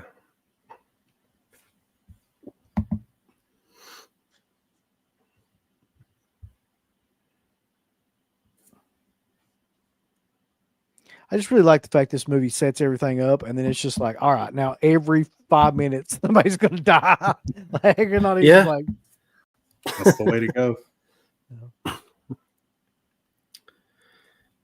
Because there are a lot of films that they don't give you what you paid for. They think they're Mark in Discord. When you saying you're watching a film like a slasher and like nothing happened for like half the movie? Oh man, yeah, that new film, the new slasher that's on Shudder. It's called Night of the Reaper, and the opening kill, the setup. I'm thinking like it's going to be really spectacular, and it takes forever, and they cut away from the kill. oh, wonderful. So I'm like, what the hell are we like? What's the build up here? It was really bad. Damn. I remember Ted Raimi talking about that kill with Sam was supposed to be like he was supposed to get gutted with the hook. Yeah. But he said it was his idea to have Sam get hung like a piece of meat instead. Which works. It works. Yeah, but Night of the Reaper is pretty boring so far. I still didn't finish it. I got to the middle and I just stopped. I mean, it's just way too mediocre. Like if you're not going to have any kills for like the first half of the movie, you need to have some interesting characters, a cool story, great setting, atmosphere, all that stuff. And it has literally none of that. It's all very, very mediocre and as average as it gets. To me, that's a problem. So I just stopped. Usually is. It's a great Grim Reaper song though. Night of the Reaper is only looking for your life. Let's come together. Oh my god! So I'm curious if you were able to get what was it 35 millimeter they shot this on, or was it a It had 35? Would you be able to make a film look like this, or would you not be able to today because of just there'd be too many filters or? I don't know, maybe just with I don't know. I miss films looking like this. Like the colors seem a bit more striking. Yeah. It looks less fake. I don't know how else to put it. Like a lot of films, they may have a bigger budget, but they look cheaper and faker. I don't know how to put it. They do. It's a lot of times I think it's too because like it's digital, but it's also like green screens are doing everything. So it just you can tell the dimensions are not there. The depth isn't there in a lot of the movies that you're watching. Your eye picks that up. I thought you were asking me if I could make a movie look like this. And I'm like, no, I'd have no fucking idea what I'm doing. But you mean just in general? Well, I mean, I think you know more some of these people, like whoever may die of the Reaper. I can tell you this: I could definitely make a digital movie. That'd be no problem. I feel like That's kind of a weird reaction. Like, I 5 feet. I just think it's like someone prayed. That's a hell of a prank. Like to have. They must do that every other night then. Yep. Yeah, that's what I'm wondering. Like, what other pranks were there that this was like normal for him? I don't know any job that had pranks like that with 5 feet.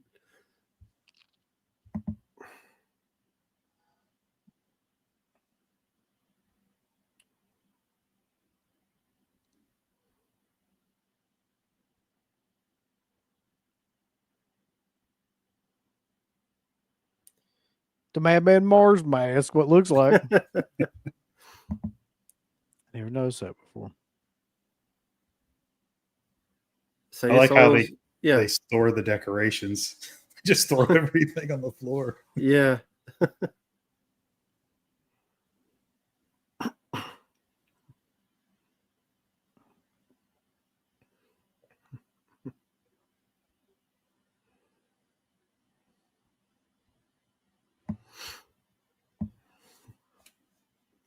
He's fine.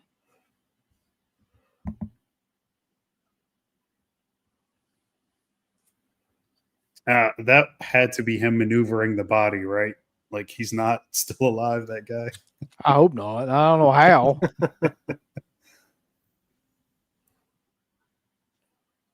I don't think it's gonna work out for him. Is that bulletproof glass up there or something? Nobody can hear him. So is he trapped? Why doesn't he just leave? Right. Did he try the door and it was locked or something? Hey, the guy is still alive. Oh, yeah. Oh yeah, he's alive. He said, "Help me." This is a flesh wound. Yeah.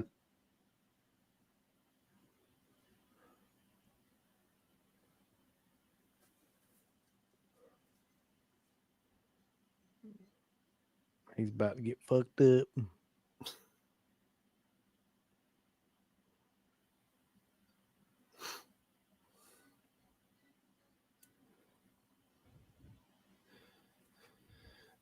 Nice detail that it's like there's a flap with the hair, so it's as if a piece of the skin still hanging off there. Now, Mr. Demon, I've seen The Mutilator. I'm guessing that's what you mean, Fall Break, or is there another movie called Fall Break? Nope. No, that's the only one. That's it. Okay. I don't mind The Mutilator, but this is better. Fall Break. Ooh, that is just an amazing effect. It is. Yeah, that's the one that makes me cringe the most. Yeah.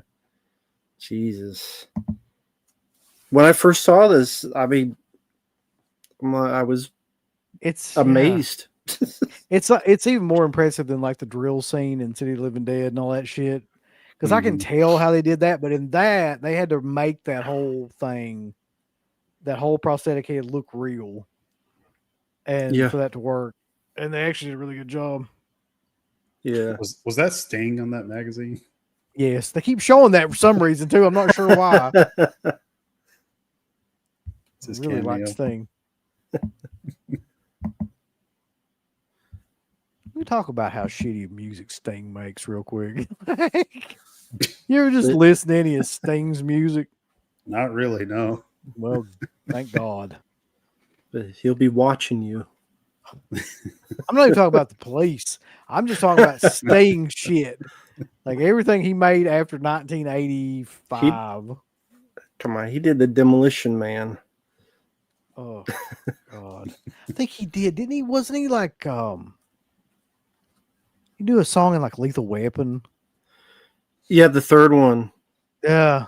It's probably me. Yeah. It's like his voice just like instant NyQuil. I can listen to him. I mean, I've heard worse. I just don't want to. Yeah, I mean, I guess there is worse.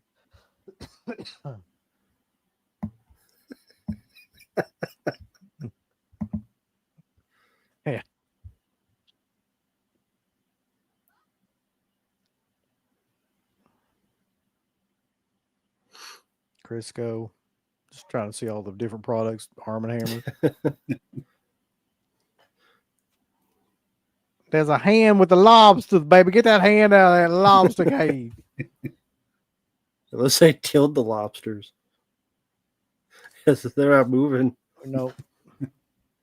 What is that? Just a piece of flesh.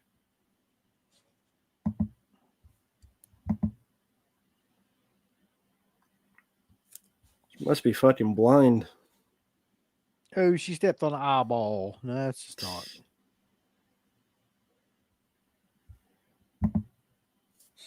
Okay, I know she stepped on it, but if you look down, you still be able to see a bunch of blood and stuff on there. It's just a piece of meat. I like how the fact too that like up until right now she didn't notice that like all of her friends were missing. 6 people have been murdered in like 10 minutes.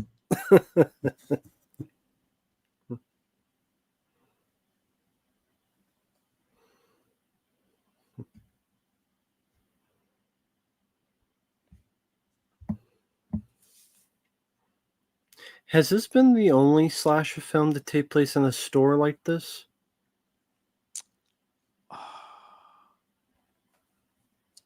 That I can think of, yeah. I want to say. It's kind of In a grocery surprising store? Yeah, that is weird.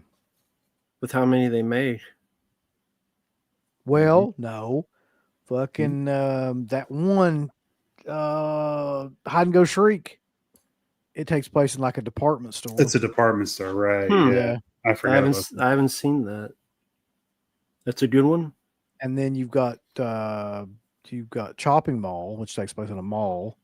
Mhm. Yeah. And you've got what's the other one? Phantom of the Mall. Phantom of the Mall. Yeah. Oh yeah. Never saw Hide and Go Shriek. You need to see it, at least just the ending. I really just mean, need to see I the don't know if ending. he needs to. I think that he would get a kick out of the ending at least. I don't know about the rest of it. Cool. Yes, every horror franchise, and especially in 1983, that was the huge thing to do, was like have everything in 3D. Jaws 3 and Amityville 3 and Friday the 13th 3. Seems like this film would be 3D with all the stuff that goes to the screen. True. But at least there was no sequel. I've never seen Enemy Territory. Which one? That's the one Arrow Video did. The guy who sang the Ghostbusters theme song is one of the stars. Ray Parker Jr. Tony Todd is the villain, who's the leader of this game called the Vampires. Mm-hmm. Jan Michael Vincent too. Half off. I like that gag. That is good. Here's the thing. One of these days we need to do this too. Like we need to come up with like a tier list of like slashers that aren't franchise slashers. Like, so if you take out Friday the 13th and Halloween and, you know, all those, Nightmare on Elm Street, what else? So they had no sequels, even if it was just one sequel? They had none? Well, I just mean the franchises. They could have like one sequel or 2 sequels even, but like, yeah, like because Jack's talking about this. I think this would definitely be in my top 3 favorite, like of ones that don't, you know, strictly 80s. Just 80s? Yeah, I mean, yeah, because that's usually when all the slashers were. But yeah, it would go 80s for sure. Yeah, this is up there. There's so many slasher films. There's so many. The Burning. One more person brings up fucking Burning. Well, yeah, I'll bring up one that's not The Burning, but it's one of my favorites. Mm-hmm. I don't know if this counts. April Fool's Day. Yeah. I don't say I didn't know if it counted because of the ending, but okay, does that count even though the ending is Yeah, way it's it a. is. I mean, you don't know, Right. until the very end. It's definitely a slasher Okay. film up to that point. But Right. I love that one. Yeah. There's a lot of them though, man. And I would have to limit it to like U.S. slashers too. Yeah. Like, because if you get into like the shit from Italy and European kind of stuff, then there's a lot. Mm-hmm. Oh yeah. So I mean that'd be stuff like X-ray or something. Yeah. Yeah, there's a lot. One that it wouldn't be on there because it's a foreign one that I do like is Amsterdam. Yeah, I remember that one. Yeah. Thought That's that a was a fun pretty one. good one. Yeah. Night School is really good too. I was just thinking about that. I just put that movie up the other day, and how kind of underrated that one is. Mm-hmm. It's a very well made movie too. Yeah. Hmm. Yeah, it's a shame it only has that Warner Archive release. Yeah. It deserves a better release than that. Well, one that's not well made, but I liked it, is a Blood Hook. Blood Hook. It's not well made, but I thought it was fun. I really like The Mutilator. I really like Madman. Sleepaway Camp, the first one. Mm-hmm. I mean, there's a lot, dude. There's a lot to go through. You like Destroyer? I don't remember. Is that the one with Lyle? Alzado, yeah. Lozado? I vaguely remember that one. Yeah. Where the cover he had the drill, but it has a scope Yeah. on it. Mm-hmm. I tell you one I really do like. You're gonna fucking laugh at his Home Sweet Home with Body by Jake. I remember that. Yeah. Shooting PCP up under his tongue, run over old women. Like, come on. Got that guy that has like the speaker playing guitar and shit. He's got a speaker on his like all the time. Yeah. Playing electric. Would that be your biggest guilty pleasure slasher movie? Probably not. But it's one of them. I'm sure there's like more that are worse. Yeah. Mm. Mine would be Bloody Birthday. I love Bloody Birthday I though. love that movie. This is where things get really fucking hilarious for me too.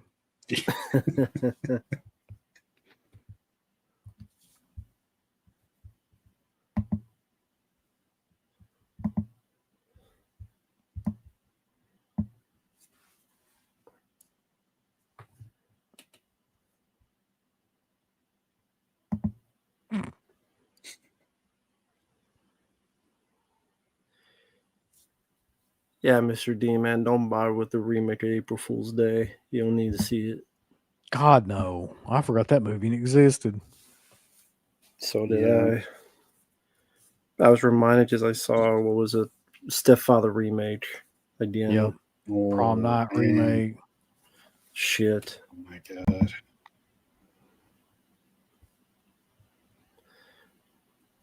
I am surprised. I mean, I'm a bit surprised they haven't tried to remake this, just because it's like a simple title, simple idea, Yeah. cult It- film. It'll come along probably in the next year or so. Somebody will find it and Produced get the by rights. Rob Schneider or something. yeah, exactly.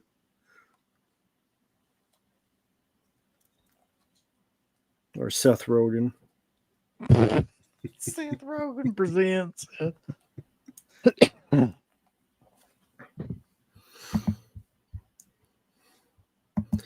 Well, only no one would be there because it'd be all automated, so there'd be no one for the killer to kill. It's all robots. The Suckling. The Suckling. Oh, yeah, Danny Hayes. I really love this store. Yeah. That's my favorite line in this whole thing. Like, why are you doing this? Store. He's like the best employee ever. I'm crazy. Damn store.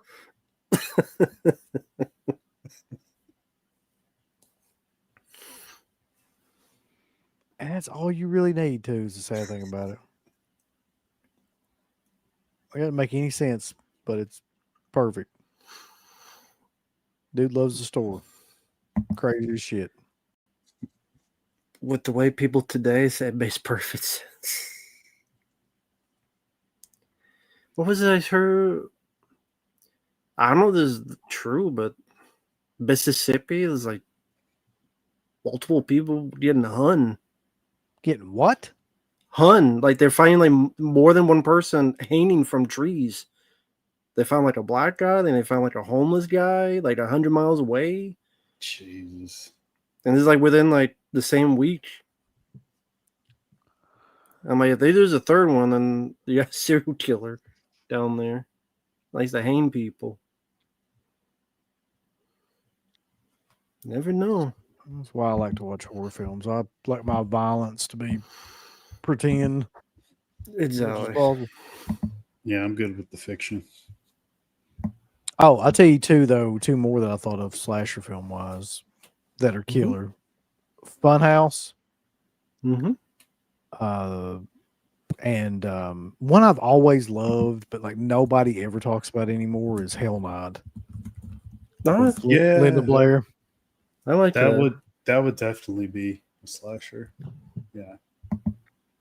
I've got to rewatch that. It's been a long time since I've seen that. I had fun with that one.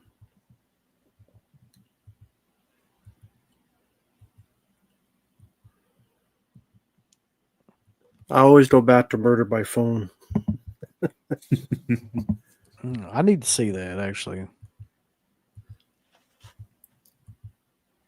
And what was interesting one is Hell High. Hell High is interesting. Yeah. Is that the one Arrow came out with recently? Yep. Okay.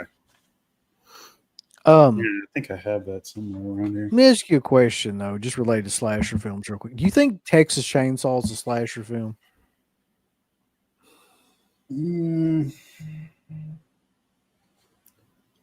I think just to make it easy on me, I always say yes.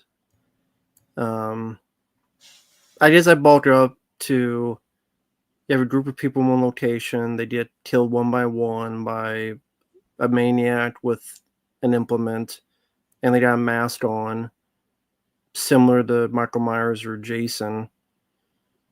I guess the difference is that he's got some help.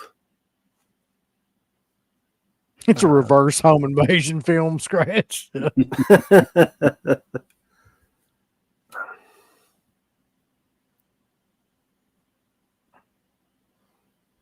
Well, what would make it not a slasher film? I don't know, just the tone of it. There's something.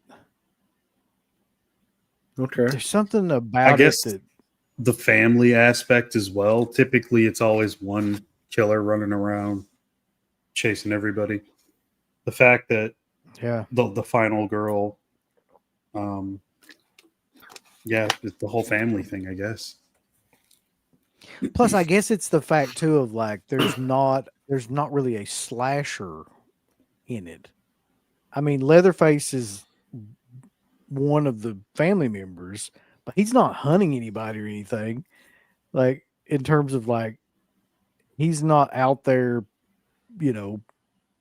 chasing these people down. They just happen to stumble upon his fucking house and like he just kind of like takes them out.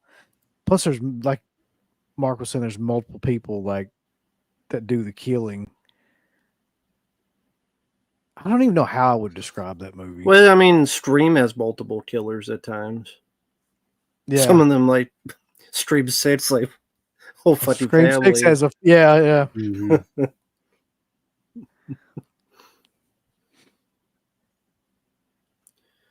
I guess I would, like, I wouldn't call Hellraiser a slasher, but I could call Chainsaw Massacre a slasher, I guess. I guess it is more of a slasher than Hellraiser. But I really don't know what somebody said. What would it be if not a slasher? I think it defies kind of like any any genre. It's just, I don't know, just a horror film. Just Grindhouse. Grindhouse would be a good Yeah. title for it. Yeah. Yeah, So I it feels like an exploitation film. So yeah, similar Exploitation. to Hills of Eyes. Yeah. That's a family or more than Yep. one killing people. Mm-hmm. I wouldn't classify that as a slasher film, although I guess you technically could in some Right. ways.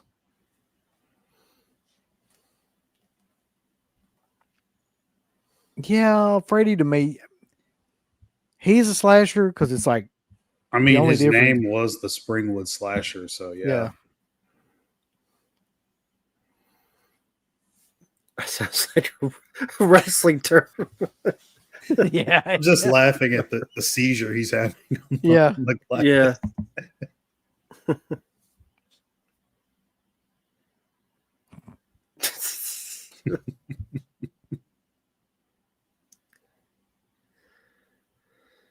And that was Scott Spiegel, by the way, Hmm. who just got killed. Have you seen his other films? Well, I know you've seen Hostel 3. Hmm.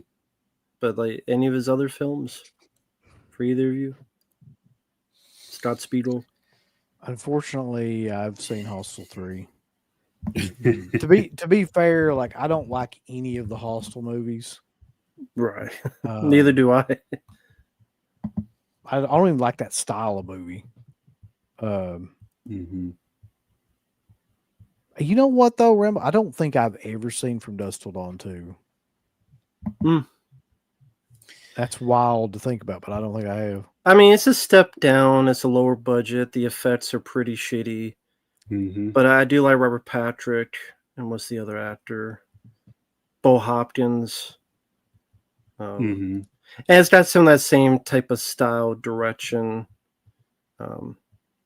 As a direct-to-video sequel, I like it in that way.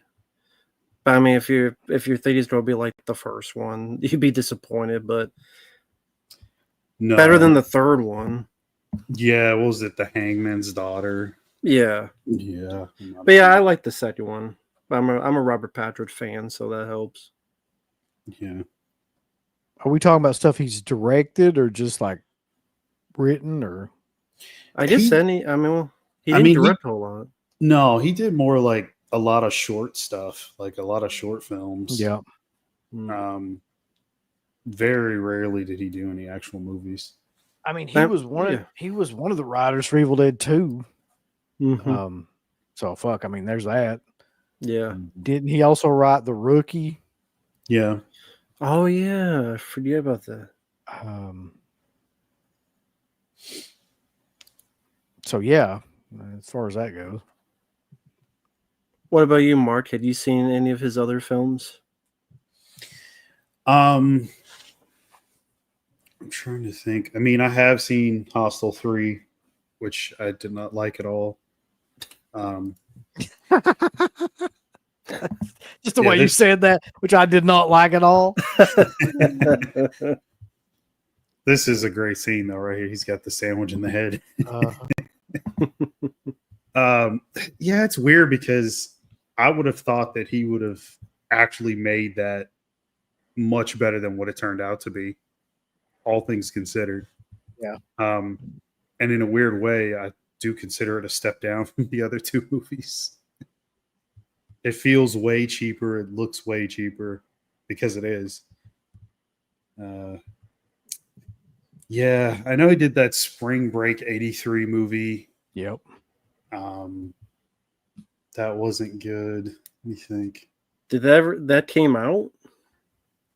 There's a place where you can watch it online, but I don't know if it like got a physical release or anything. He's beat the shit out of this guy with that guy's head. I was about to mention. I forgot about that.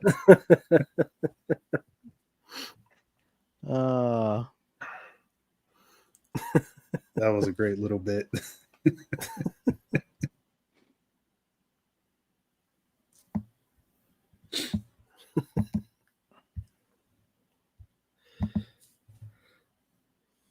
He's actually really good in this movie, which it's weird to me that he didn't do more. acting.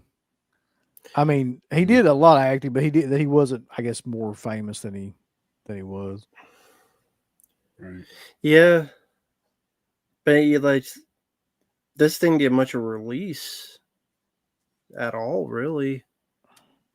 I mean, was it Charles Band? It just kind of wasn't like his company. Was he like changing companies or something? Charles Band, or Well, that's what he was saying. If it was Wizard at that time, then he was transitioning out of that right around that time. Hmm.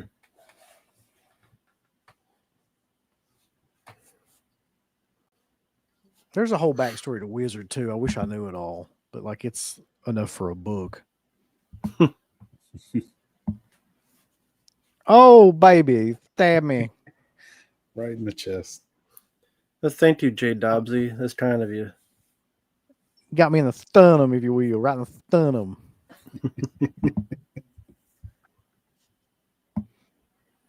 Well, Jay Dobbs is because we actually like films. We like talking about films. We're not, Here's Marq this thing I never saw. Marq don't like talking about. You just got the fuck off here. I don't know. I bought this thing I've never seen. Let me show it. We actually like talking about films. We like movies. We actually enjoy movies. What a concept. Yeah.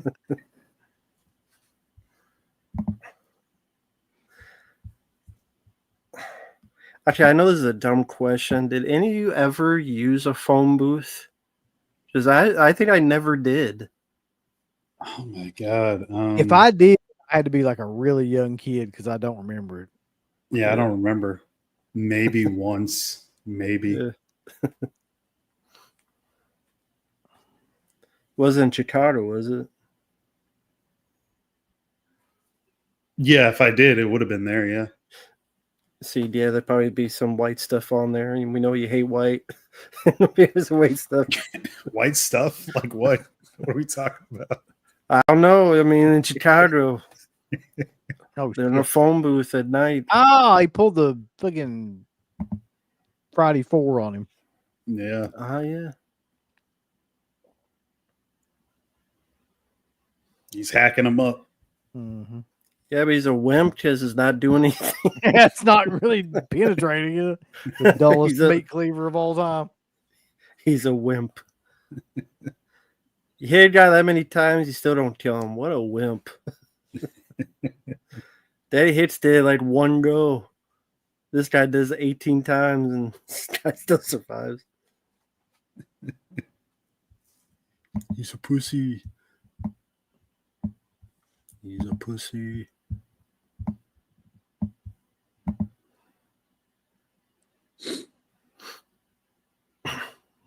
Mm-hmm. What's he still holding it for? He's in shock. He's terrified. He's thinking, what to deal with this lady. It's a good way to get shot.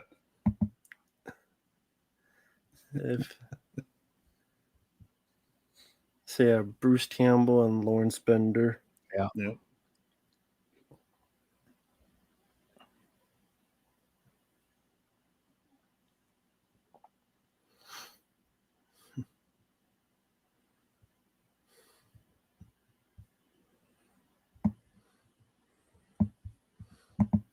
He did it. That's killer.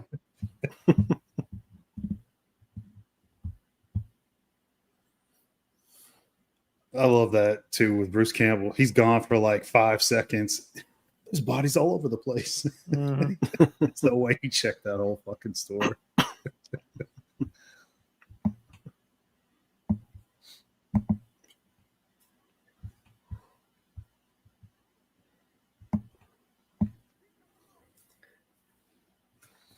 See, this was CSI Miami. This would be solved in 5 minutes.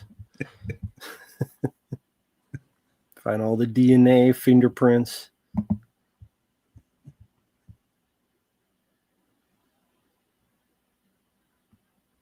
I think even back then they could have figured this one out. I mean, Yeah, maybe.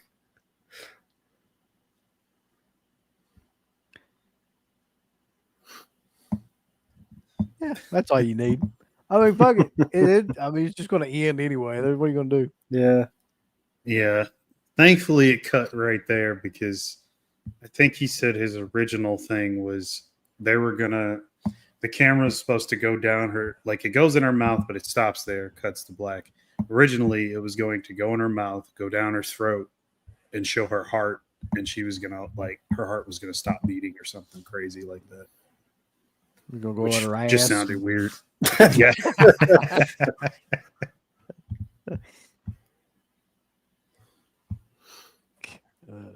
Lord. Well, that was Scott Spiegel's Intruder, boys. Still holds up. It's an excellent example of a slasher film from that time period, too. I'm just glad Joyce Pepper was the script supervisor because she's a big deal. Yeah. It wouldn't have worked without her. But yeah, like you said, it moved at a fast pace. There was a build up, and then when it gets going halfway through, it doesn't stop. Every couple minutes there's a kill. Gore ratchets up. Danny Hicks is fun. Good atmosphere in the store. Setting, surrounding. Tambi did a great job. Definitely one of the better slasher films of this era, especially in 1989. So, yeah, there's an acting coach on this film. that's a killer thought.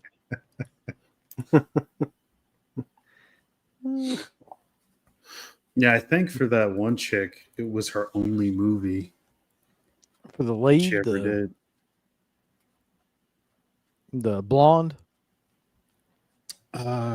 No, the other one. Hold on. Let me go. Check the credits real quick.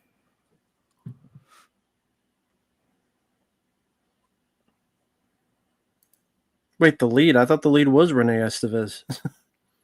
No, well, I was thinking about the blonde that showed up at the very end. Like, I'm not sure if I've seen her in anything else. Yeah, that's what I was talking about. Yeah. Oh. Yeah. I was like, oh, who the hell is Elizabeth Koch? She got like the first billing. Probably her. Have I met any of these people? That's a great question. Well, Sam Raimi. I met Sam Raimi. I met Bruce Campbell. Mm-hmm. Same here. I met Danny Hicks, I think. He was at a show. I think I met him. And then, yeah, I did. I never met Renee. She never did any shows or anything. No. And really nobody else in this movie did, now that I think about it. So, yeah, I wish Spiegel had done something. I mean, just think of, what could have been if he was at any of those shows.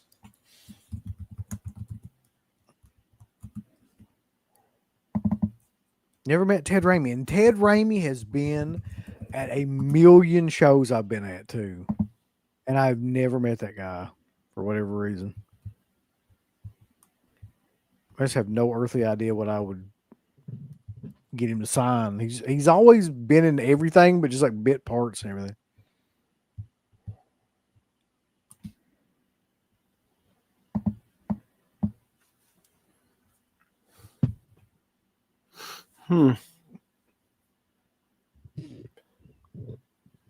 Yeah, I don't know about that, Jackson Jack. Bruce Campbell's, yeah, he does. It's just a fucking, it's like a Zorro Z.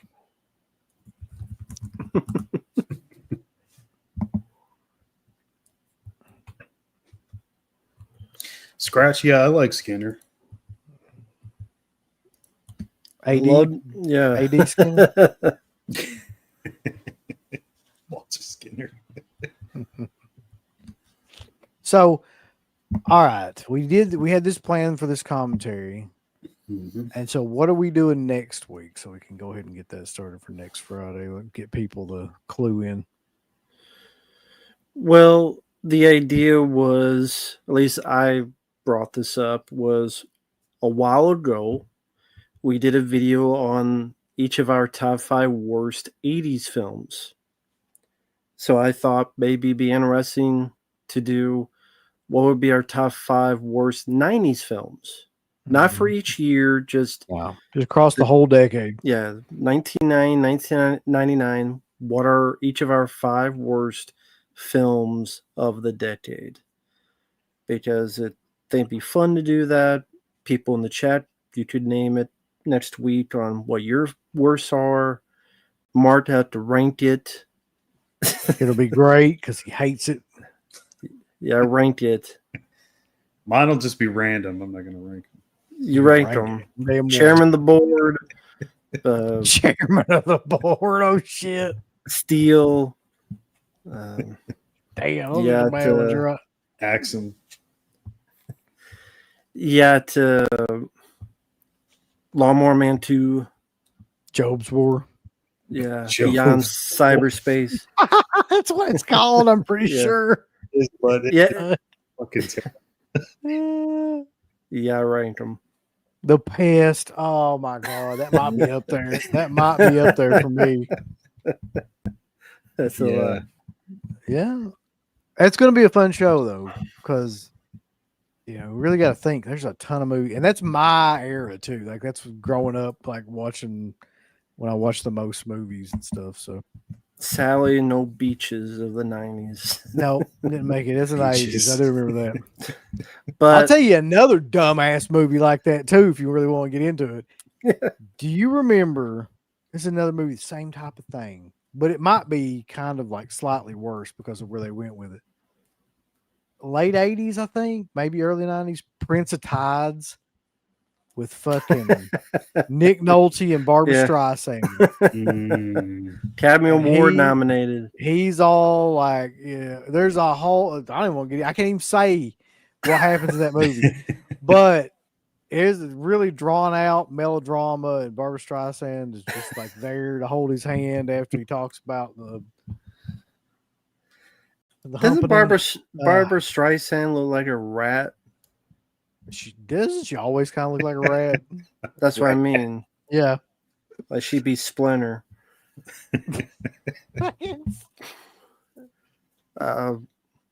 She'll be in the remake of the next Teenage Mutant Ninja Turtles movie.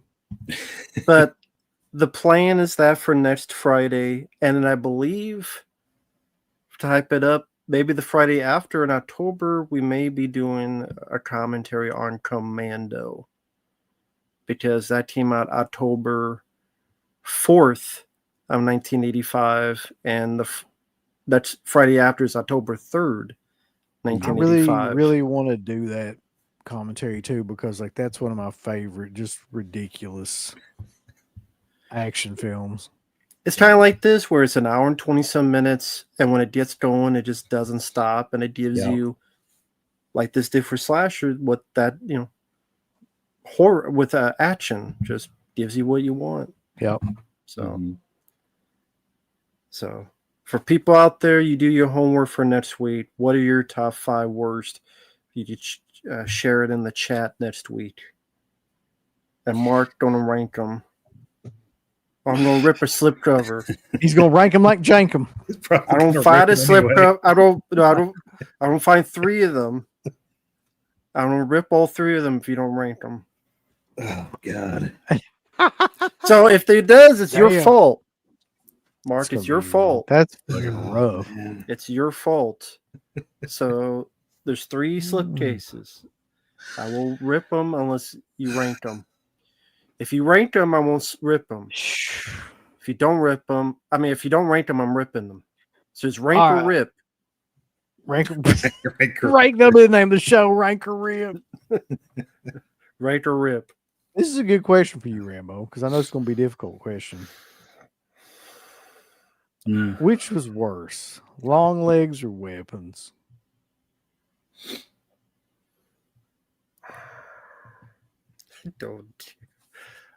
I don't like either one. You gotta pick. It doesn't matter.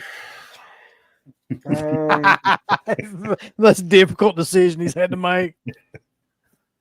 Worse. Oh my God. Long legs.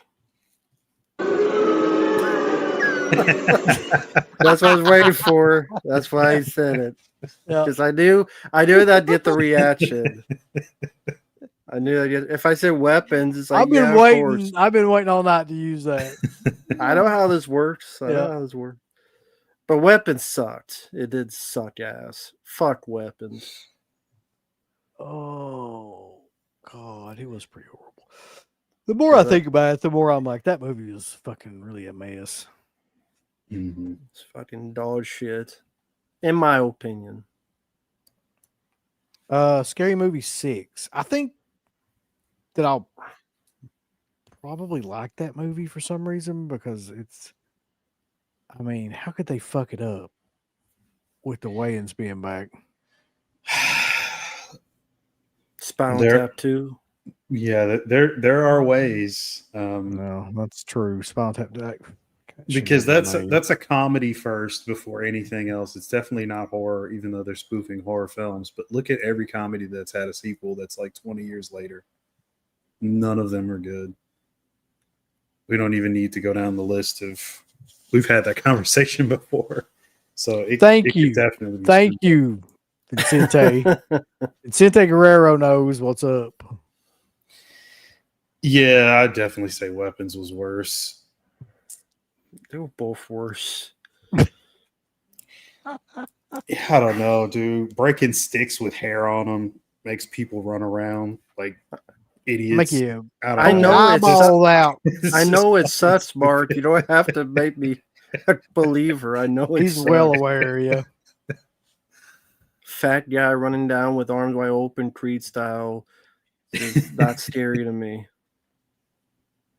Yeah, it's really bad.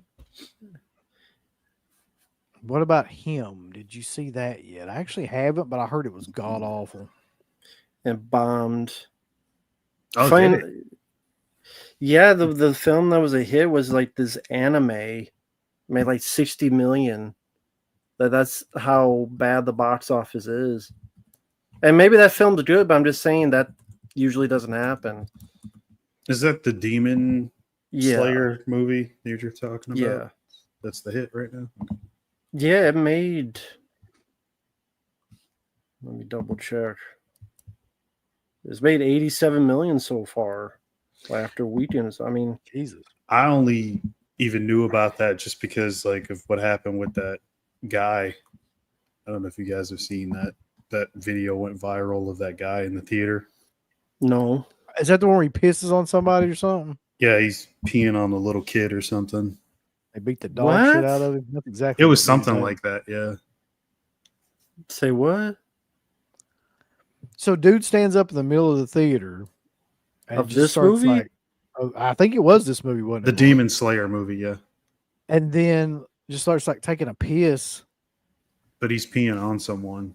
He's pissing on some kid apparently, and then like, I don't know if one or two or a couple people or one got up and beat the shit out of him. It was like a group of guys that were like Yeah. nearby. They got up and kicked his ass. As well they should. Yeah. Was there a reason given why? No. Can I ask like what reason? I just saw was him made getting s- hauled out. Like, On drugs, yeah, drunk maybe. I guess that would meth, meth. meth Yeah. head? He didn't seem like he was under the influence of anything. Because like when the cops like picked him up, like he started walking out totally normal. He looked normal. Well, that's debatable, I guess, but he didn't look like he was high or anything, I'll say.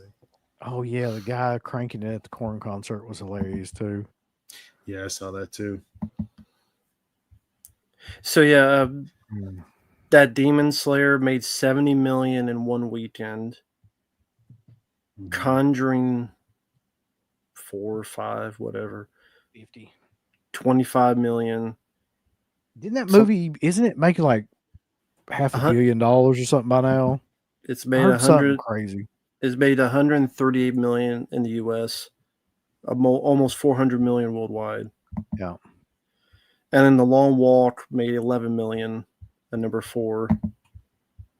Probably because they didn't want to see Stephen King because he's an idiot. That's probably what happened, honestly. The whole backlash to all that stuff. Yeah, he's I think here's what I was thinking about that, and I don't give a fuck at all about the political part of this, but I do think that like if you're someone that could affect the box office of a movie like significantly by something that you should say or you would say, you should shut the fuck up. Like if you got a movie coming out that's got a lot of other people attached to it and you're going to end up fucking them over like by something that you say, they just don't say it. It's Like understandable. it's not just about you at that point. It's like going to affect like the entire cast, the crew, the fucking production company, everything. Yeah. Yeah. Yeah, because he put weapons over big time. He did. Oh, Did he yeah. really? He did. I didn't know that. Yeah. Makes sense. He was co-kid. I thought it was pills. Yeah, Like, it was same coke. difference, I guess. It was coke. Yeah. Was it? When he was doing Master Overdrive, definitely coke. I remember him talking about like he would be writing books and he had to like shove tissue up his nose because it was bleeding so bad because he was doing so much coke that as he was writing and stuff. Right, yeah. In the 80s, I know it was the coke, but I thought he dropped that for the pills, and then later it was alcohol. Well, then he should go back to coke. Because that's why he made Maximum Overdrive, and that was awesome. No, he didn't say the movie sucked or anything. It was just he made like really controversial comments about the whole. I don't even want to fucking talk. I don't want to hear this guy's name anymore at this point. Right. But about the whole He shooting. could look it up, Justin. Yeah. Just look up Stephen King on Google. And that's what I'm saying. It's the same basic idea of that chick that was in Snow White. Like if you've got a fucking huge franchise movie that like a lot of people are depending, like a lot of money's going into it, and she's talking about fucking, you know, the Palestine-Israel conflict. It's like, shut the fuck, like, you know, that stuff like that you say is going to affect that movie. I don't care what your politics are. I'm just saying, like, you should not say anything if you know it's going to like cause problems for the movie. It's not just about you. I'll ask a random question. Do you think you'll pick up Jacob's Ladder on 4K? Because that's coming up from Lionsgate. 100%. Yeah. But isn't it like $30 or something? They usually are now from 35. Lionsgate. That's their typical price. Yeah. I do want to. I don't like any of the artwork, but whatever at this point. It's like either I'm going to have it in 4K or I won't own it at all. So I guess I'm going to have to pick one of them. There's more than one of them coming out. Look at all the artwork that's going around right now, though. It's all pretty fucking awful. Mm-hmm. You got that Pee-wee's Big Adventure Criterion. It looks like a little kid drew it. I didn't see that. You've got besides the Jacob Ladder one, there was another one that looked awful. What was it? Oh, the Eyes Wide Shut Criterion. That cover. What the hell?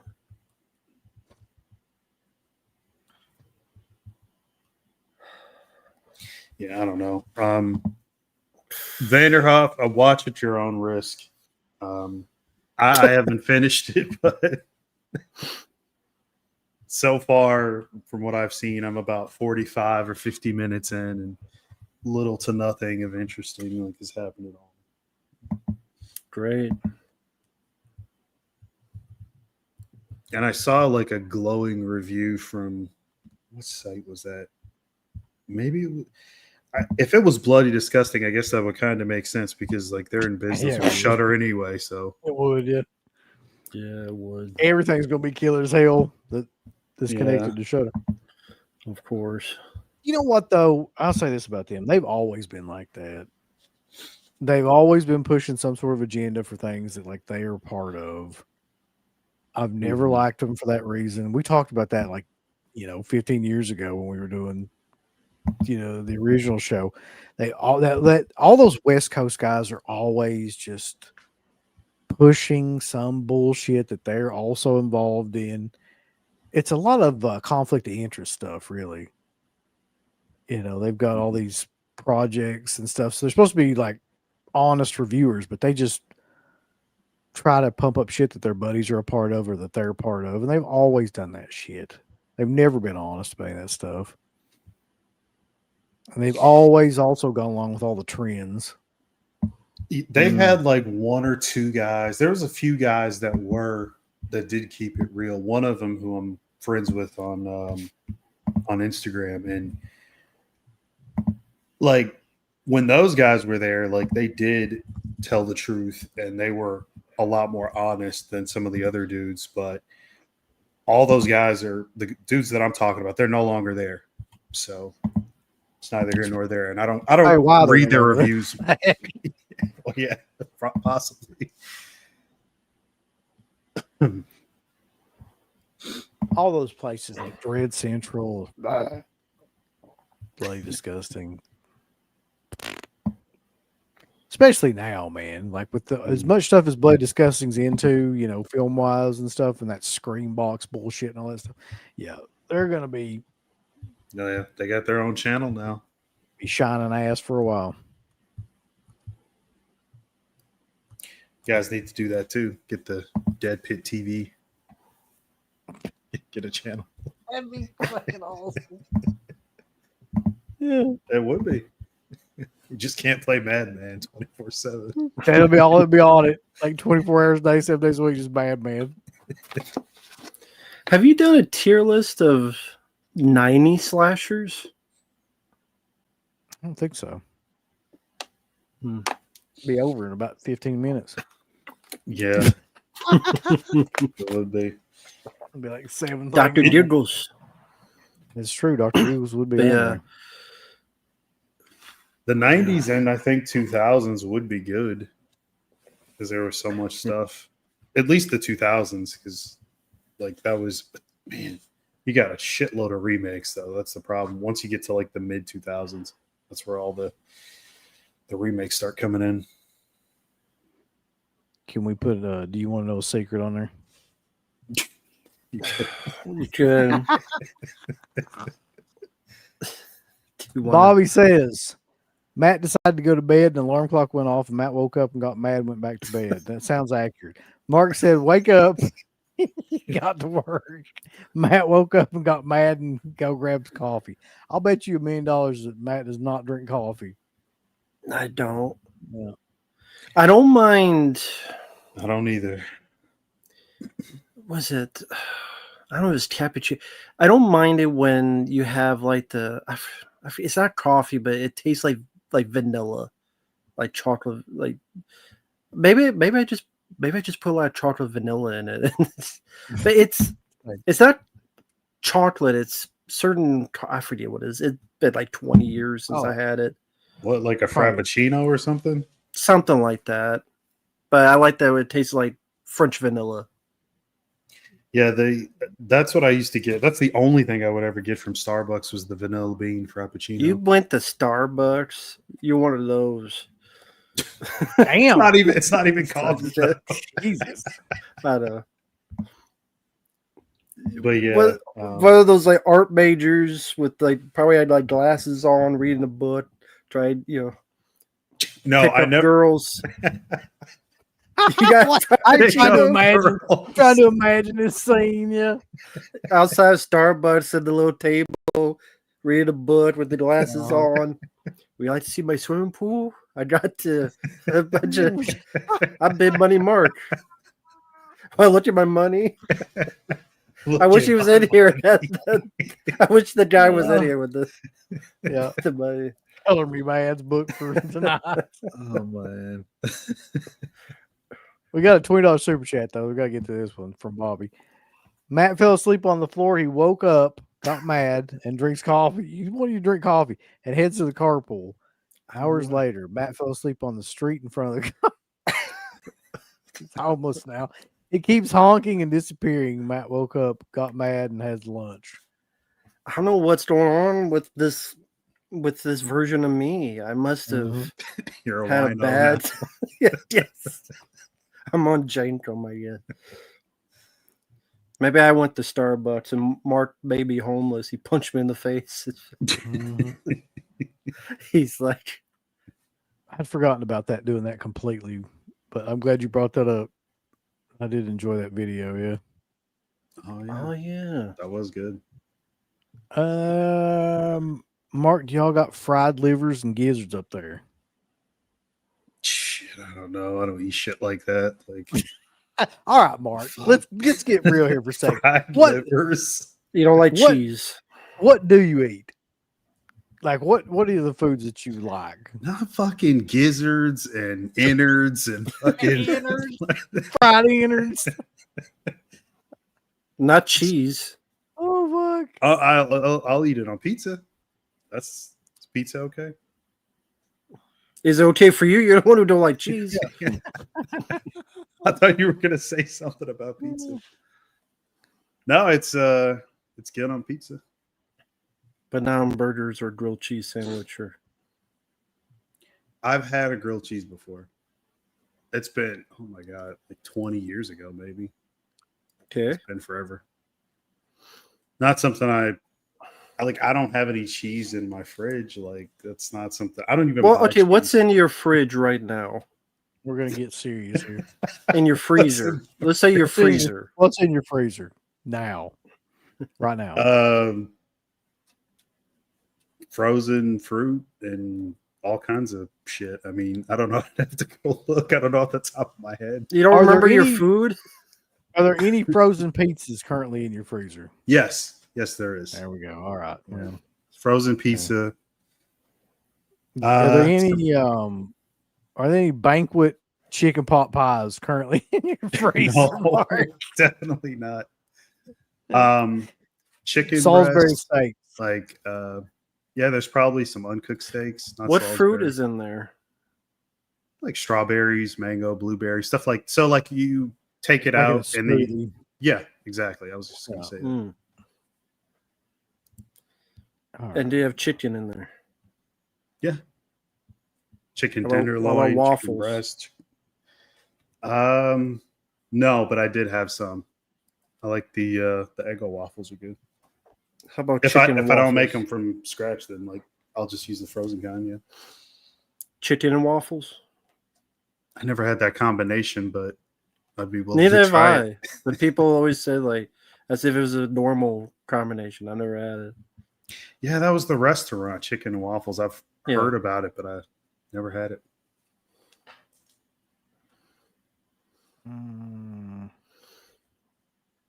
Mark's got a bunch of Dolly Parton's TV dinners.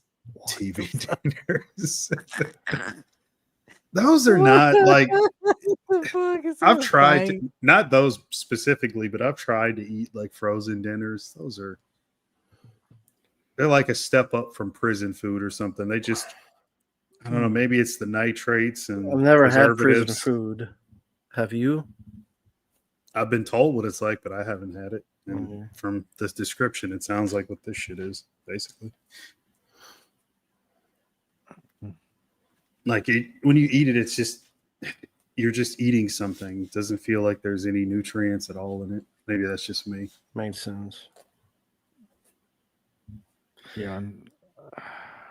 To be honest with you, like I don't enjoy any frozen foods that I like in terms of like in any way that you have to put in a microwave or anything like that. I don't fucking enjoy it. Now, if you put it maybe in an oven or some shit like that, but if you're talking about like just a pre-made fucking meal that you heat up in a microwave, man, right. ugh, can't do it. Yeah, you got like the pickled eggs and stuff, right? Think you said that before? What's that? Pickled. Like the food, like I hate eggs. oh, Oh yeah, that's right. He did say Yeah, pickled corn. pickled It's corn. That's what it great. is. Yeah. Okay, it was Wes that had, because I rewatched you guys' review of the Monster Squad. You did that skit where he had like the pickled eggs for some reason, and then he jizzed on the Monster Squad DVD case. Dude. So nobody in the fucking world likes eggs more than Wes does, and it just makes me sick just thinking about it. Okay, I won't bring it up then. I mean, not literally, but like, I mean, Oh, kind of literally, but like, I'll be all right. I can understand that. That's me and mashed potatoes. Yes, which still blows my mind, but here we are. Well, both of mine, you don't like eggs, and he don't like cheese on burgers. You don't like cheese on burgers. You don't like eggs. I don't like mashed potatoes or any sauce. Or any ketchup or anything like that. That's also ketchup blows is up. shit. Nobody. I've never in my life heard that sentence until this. There's got to be one sauce that you like. There's no tomato sauce on pizza. Well, hey, there's something. Breadsticks, sauce on breadsticks. Like you Pizza Hut. Get that sauce. No ranch. No. Neither. I don't like it. I don't like it. I don't like it either. Not because of the white thing. It just happens to be white. But I mean, if you got like the sauce they give you for the breadsticks, I like that. I love that. It's tomato. No, he just got through saying he hates fucking ketchup. Catsup. It's disgusting. It's catsup different than ketchup. Disgusting. Oh man, here's another thing too. Listen, let's talk about this for a second. Do you remember there was a period of time there when like they may still have this, like Burger King had the Impossible Whopper and all those companies had these plant-based Did you ever try them? I did. I was going to ask you, did you ever try them? No. Because I'm like, what's the point? Based on your reaction. It seems like a good idea at the time. And then you eat it, and there's something about it that it almost feels like you're eating some sort of weird synthetic food that's like, I don't know, bioengineered. I'm sure it probably is, but it just has a taste that I can't even really describe to you. Like a processed, like over processed type of meat. Yeah. Yeah. So it didn't taste like meat at all. No, kind of, but it's like enough of a difference that you can tell and it just throws you off. Like it's not my thing. The texture is also not my thing either, because it's not like meat. It's more of like, well, a good thing to compare it to would be like Salisbury steak. You ever had like really nasty Salisbury steak? Yeah. Where that texture is just like not real meat, just some sort of fucking. It's like chewing gum. Yeah. Oh. Have you ever been to the life-size Noah's Ark in Kentucky? No, but I have heard about it. It's pretty popular around here. Not been to it. What's the story behind it? It's a literal reproduction of Noah's Ark. Oh, like a life-size Noah's Ark that people go into and they tell all about. Someone just decided to make in Kentucky just because they're a fan? Apparently. Huge fan of Noah's Ark. Or they think it's coming. Yep. To Kentucky. I mean, they might not be wrong at this point. Yeah, is it still raining crazy over there? You were having a bit? Okay. Because I know for a bit it was raining crazy. It was like there were storms there. We're like in the middle of the drought now. So, of course. The lady at Burger King says it tastes like TV dinner Salisbury steak, which was, yep, that's basically exactly what it is.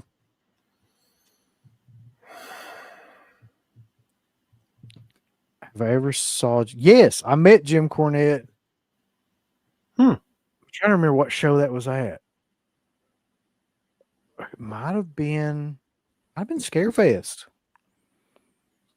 There was one year when the $1 Million Man, Jim Cornette, and somebody else was at a show, and I think it was Scarefest. And I met both of them. Also, Sergeant Slaughter was there too. I remember that. Cornette was great. I bought that Midnight Express book off of him. I had him autograph that. $1 Million Man was kind of a dickhead. So when I saw that stuff about him and the tax stuff, I was like, good. I hope he seemed like a dick. he's a dickhead in person. He really is. Yeah, he seemed like it. Slaughter was fine too. Okay, this is a random question. I know he's passed away. If Virgil was there, would you have met Virgil? No, I would have never met Virgil, regardless of when or where it was. I was just wondering. I was just curious. Oh man, Would you, Marq? no. Okay, I'm just curious. Virgil.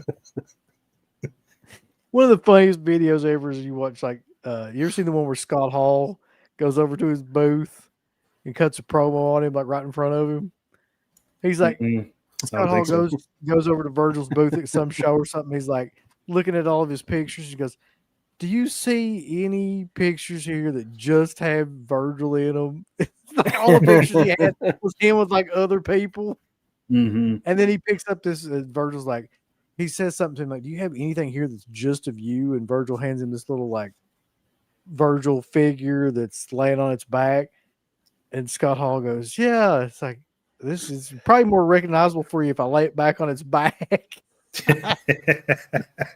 Talking about, you know, he's on a jobber and everything. Yeah. It's the funniest shit, man, because he doesn't say anything to him. Virgil and that Eugene Clark are basically the same person. They both try to like get you in, lure you into their, you know, booth or whatever, like some sort of weird PDF files, and like they get you in there, and then they're like, okay, like, you know, you buy this or this, and then they like try to like make you buy stuff and like force stuff on you and get you to buy shit you don't even want to buy. Virgil was apparently the worst for that, but Eugene Clark does the same type of shit, and he'll charge you for like weird stuff too, from what I understand. Like, also he doesn't really have a set price. He charges different prices at different times too. What do you mean by weird stuff? Like if he puts quotes on there, he'll charge you more than if you just like signs his name. There's people that have horror stories about him. Really? I mean, I heard. I wouldn't care to meet him or anything, but I didn't know there were horror stories. Yep. Yeah, Eugene Clark stories. I've heard a couple of those before. Which ones have you heard? Just like how he is with the signing and stuff, trying to get, basically tricking people into getting signings and pictures and just paying them. And they might not even want anything, but he'll sort of con you into it. I wish you would try that shit with me. Like, what would you do? What would you do? I just tell him I'm not paying him anything. Like, I'm not giving you any fucking money. Like, why would I want your autograph? You haven't done anything. Buddy Hughes in Land of the Dead. He's Big Daddy. Yeah. This money's for One of the worst zombies ever in the history of time, man. I didn't idea this money is cigarette smoking man. Oh God. That's a comment right there, isn't it? Yeah. Oh, Jesus. Yeah. Yeah, I saw a little piece of that, the Kimmel thing. It's unfortunate for him, but hey, what are you gonna do? Yeah. I was watching some old On the Road videos with CK's obsession with eating ass at work, or for real? It's for real.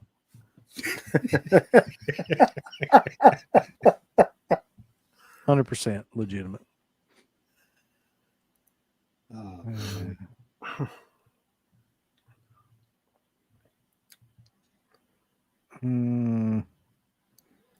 Buff Bagwell said it best when Virgil tries to sit next to him. Virgil, get the fuck away from me. Now, when Buff Bagwell is saying that to you, there's a problem. Because he seemed to be I'm sorry he lost his leg, but he seemed like a dick as well. He seemed like a giant douche when back, especially at that time period when he was. Yeah. Well, Still using and everything.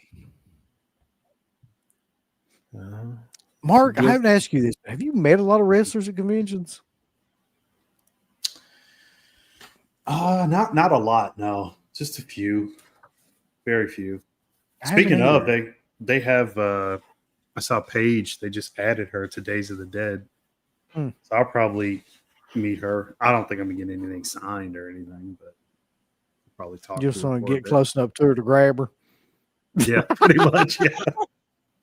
get within arm's reach of her. And Yep. That's it. I saw something where they had like EO Sky and somebody else is going to be in Indianapolis doing like a signing or something. I didn't see that, but that's interesting. Huh. So what's that thing I saw WrestlePalooza? Something about like millions of people can't even go to it or something. I forget what it was called. I thought it was called like WrestlePalooza. It is. That's the next show they got coming up, the next PLE. Yeah, there's something about that. I watched the video about it, but I still couldn't really understand it because I don't keep up with wrestling anymore. Same. But it was something to do with the ESPN thing where you were supposed to be able to watch it, but like millions of people in the States can't watch it for some reason. I can't remember why. Unless you pay for it. Yeah, something about ESPN's service is not set up so that everybody can get it. Great. Depending on what type of service you have with them. I don't want to get it. I don't want to get it. Bobby's back. He says Matt fell asleep standing up and woke up, got mad, and headed to bed. I must have Finally- narcolepsy. Yeah, he finally got to bed, but he woke up and fell asleep on the floor. Mark said, I just put you in the bed. And you just, Mark's like scooping you up now. Yeah. Gently laying I you in carried the him. bed. Like a little baby. Just, I remember this from my homeless arc. yeah, the homeless arc is coming. There's more coming in a second. I met Piper at a Whorehound convention, and he was great. I talked to him about all kinds of like stuff that happened. The Mort Downey Jr. thing, the Jimmy Snuka thing with the coconut. Talked to him about all that stuff and kind of gimmicks that he had over the years. He was wonderful, but you could tell even at that time that he was just really tired. He just looked wore out throughout that time. How long was that between him and his passing? Well, that would have been, if I had to guess, that would have been 2012 to 2014, somewhere in that range. So I'm not sure when he passed away, but it would have been, that's when I would have met him. That's too bad. That's one guy. I would have liked to have met him. Always was a big fan. That when we talk about wrestlers that I've met, I forgot about that because I don't really consider, he's a wrestler, but I met him for They Live. That's the reason I didn't, that's why I got him to sign and everything. Of course. There's not been many though that I can think of that I've met in person. Well, that's not true because back in the day, like when I was in high school, we met a bunch of people together. We met Chris Benoit. This is so fucked up. We met Chris Benoit and Woman together at the same show. Oh. Ric Flair, Mick Foley, Dean Malenko. Oh God. So that guy sounds like a dick. He wasn't. He didn't really say anything, but I'm sure he is actually a dick. Why do you say that? Like what? I watch a lot of podcasts. Stevie Richards, Baven, Rene Dupree. Yeah. They all have horror stories about how Dean Malenko is like such an awful agent that will kiss up to Vince McMahon. Okay, yeah. He would treat people horribly, like a dick. Yeah, I've heard a couple of those. He would only care about himself if it gets his way. I'm like, you never sold a single ticket, but whatever. Hey, if Dean Malenko knows, ooh. I hate to say it, but I always really liked Dean Malenko as a wrestler. Yeah, I mean, I have nothing against his wrestling. He's boring as a personality. He's like a block of wood, stick. But he's a good, moves. Yeah, he was. Who else, Mark? Who have you met?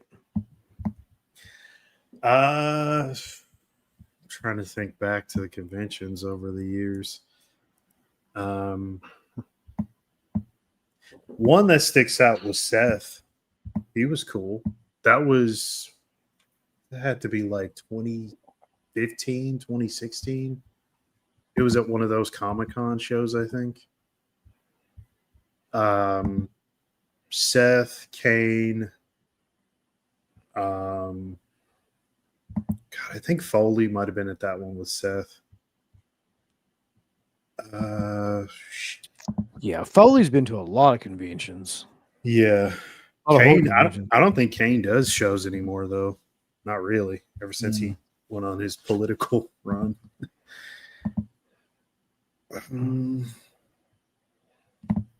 To who I'm going to be meeting here soon, which is going to be fucking hilarious. Yeah, who's Scott Steiner's coming down here. Oh, wow. That's bound to be not good. Really? It will be for what? Not for Yeah. reasons like it should be. Yeah. Oh, Justin Smith. You met Stacy Keebler, huh? She seems like she'd be nice. No, thanks, Bobby. I'm more of a narcoleptic. Justin Smith says, I met Shawn Michaels when I was a kid and he was a dickhead. Yeah, that tracks. I actually smacked New Jack in the arm as he was going by us at a house show, which turned out to be the last house show that Sabu ever did with ECW. I didn't know that until recently. But yeah, that was 99. Yeah. He dove off the fucking, what would you call them? Like the big entranceways. Titantron. Well, no, it was. Well, it's ECW, so no. Yeah, like that, but you know the big entranceways that are around, like when you go into an arena and you come through them, and so he dove off that at a house show and then made his way through the crowd. Like, great, nice. Yeah, sadly, I was too young at the time to go to an ECW show. Bobby's back. Where's Bobby at? He's above. He was below the one you had. Yeah. I'm Matt more of a narcoleptic.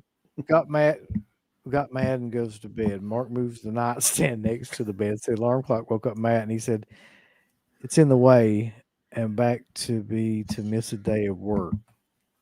I probably have to miss a whole fucking year with how much I'm sleeping. And, I have no home. Mark is helping me get to bed. I guess I'm on the jankum.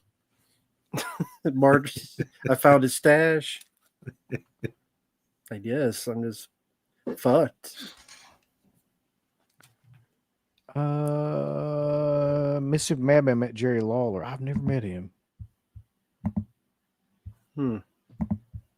Kevin Nash. See, here's the thing.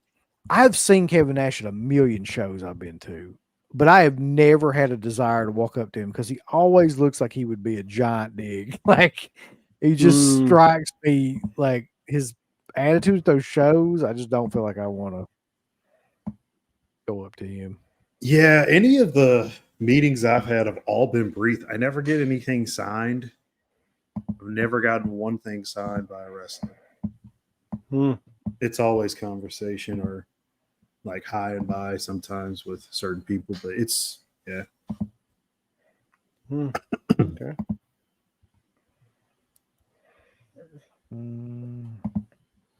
He seems like he is.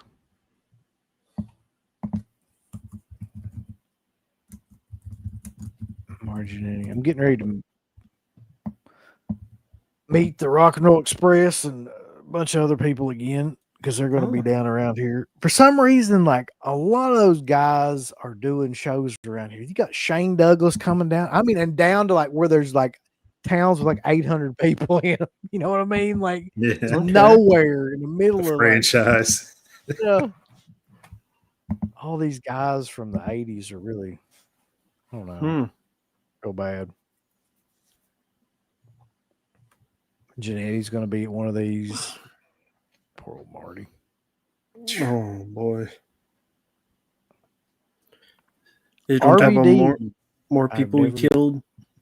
Yes, and threw in a river or something. From the bowling alley. Yeah. Yeah. Business of Fear knows. That's right. That's what he always calls them. Dick Flair. Yeah. He hates Ric Flair. Just don't tell Flair- him for pizza. Flair's all business. He ain't give a fuck. He's still styling and profiling. Mm-hmm. He's an old fart. You old bastard. Like Scott Steiner used to say. You old yellow tooth bastard. Get out of here. Something like that. That's one of the funniest promos ever because Flair couldn't do anything about it. He got the god awful like real shoot on him. You remember when he had the fake teeth and he put them in and cut that promo on Flair in the middle of the ring? You old bastard. I just remember him calling him that. And I remember like him doing an interview where he's talking about that and he said something like, what the hell was he going to do about it? Cry? He said Flair cry about everything. Oh. Uh-oh, I'm in this one. Hold on. Oh boy. Matt got in Uncle Bill's taxi car. Uncle Bill said, "What can I do for you?" Matt said, "Can you take me to McDonald's?" Uncle Bill said, "Okay." I crashed into a couple of cars at street lights. Damn. I guess I did something to you to make you do that, I guess. I really need to get the McDonald's, I guess. I mean, I like McDonald's, but I'm not the... I like that you have a taxi, too. I have not met Bret Hart. I had the opportunity to meet him. He was down in Ashland, which is like an hour away from us, doing a signing, but he was charging way too much. I just don't think I give that much of a shit anymore. Mm-hmm. Uh-oh. Oh, the rest. Got to McDonald's drive-through. Matt points the front. Uncle Bill goes to Matt's house. Matt said, "You're going the wrong way." Uncle Bill arrives and heads back to McDonald's. Matt said, "That was fast." My life must be just going in a... I don't know. I must be like in bad shape, that's all. I'll need Mark's help. Vincente says, personally, as a wrestler and actor, I say, "I fuck out of Dave Batista." Hold on, let me go back up. He said he met him. Sky. Oh, yeah. I met Batista at autograph signing. I didn't really want to be there and had him sign Eddie Guerrero magazine. He looked pissed and said, "What's this?" It was weeks before Eddie passed away. Oh. Well, he's a humble guy now. Oh, yeah. I'm sure he's great to be around. Who's strawnier, him or Rock now? Definitely The Rock. The Rock is fucking weird looking now. Yeah. Yeah, he Disturbing. looks short old man. Yeah, the Iron Sheik. That would have been. That'd have been. I would have 100% done that. It would have been worth it just to say something that would piss him off, just to see how he react. Yep. He cut a promo on you right Talk there. about Hogan. Yeah, exactly. How great Hogan was. So what do you guys have coming up? Oh, I wanted to bring this up because I just did this video last night. I've got a video coming out tomorrow that is going to be about, I bought the whole set of, they're called Distinctive Dummies, Dawn of the Dead figures. Oh. and it's like an unboxing of that, which is actually pretty funny because you just have to watch the video because something goes wrong. And it's very, very memorable and funny. But like, there's a company called Distinctive Dummies that does like a lot of really obscure fucking horror related figures that nobody else does. And they do them like ceramic. It has to be ceramic or porcelain or something. Like all of the faces and stuff are made out and they're hand painted. And they're, 1/9 scale, pretty big size figures.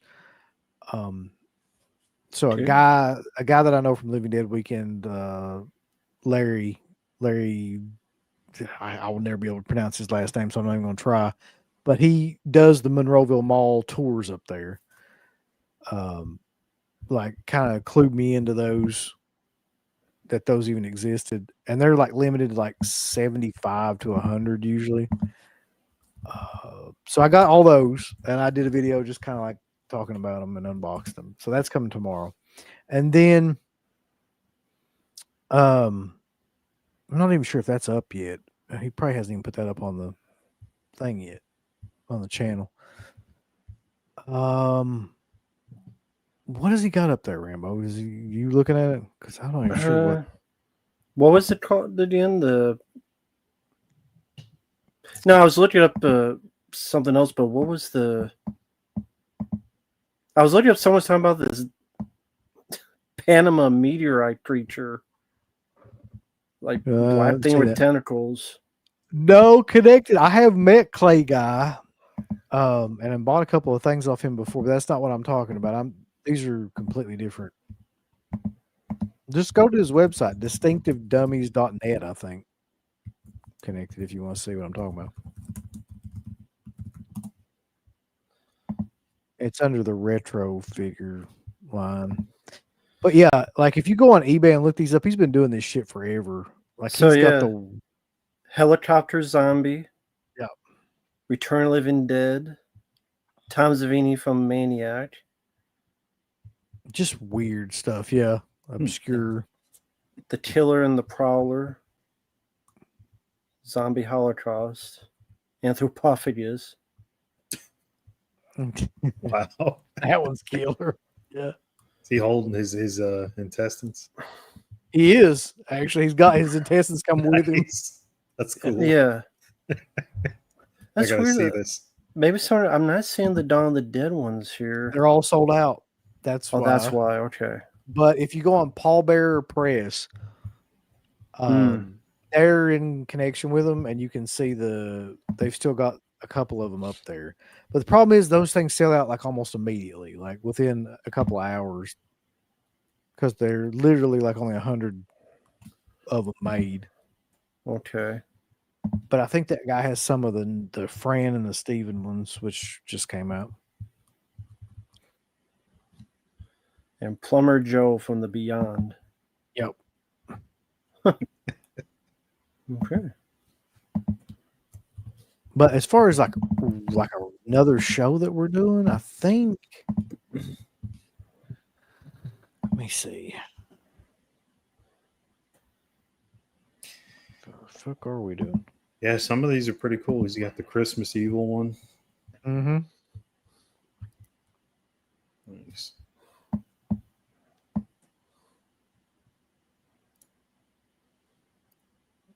I'm not sure. I don't know if we got anything planned right now. What about you, Rambo? What are you doing? Let me see. I have a bunch of reviews thanks to people up there requests. So, for example, the Monster Squad, Stepfather remake, some playthroughs of Spider-Man 2, thanks to PlayStation 5 I received. Very nice gift. Next Thursday, I had a request to do a live commentary on the film 7, since that's the anniversary. So it's next Thursday, 7 p.m. Central. The guy wanted me to do a commentary on 7. So I'll be there live next Thursday. And yeah, much more to come. So How about you, Mark? Hopefully, if I get the 94K soon, it'll be a video on this. This is the original uncut version, supposedly. We'll see. And then I'll just do, because this comes with this set down here, I'll probably just do this whole thing. This artwork is killer, but it's the perfect time because they're finally cleaned it up. He So, just yeah. brings up like a huge fucking. Yeah, so this huge set. How killer is that artwork, though? Where's that from? Well, Germany. Okay. Of course, yeah. That is killer, but like I like how you just casually get a box that's like fucking 2 feet tall and Yeah.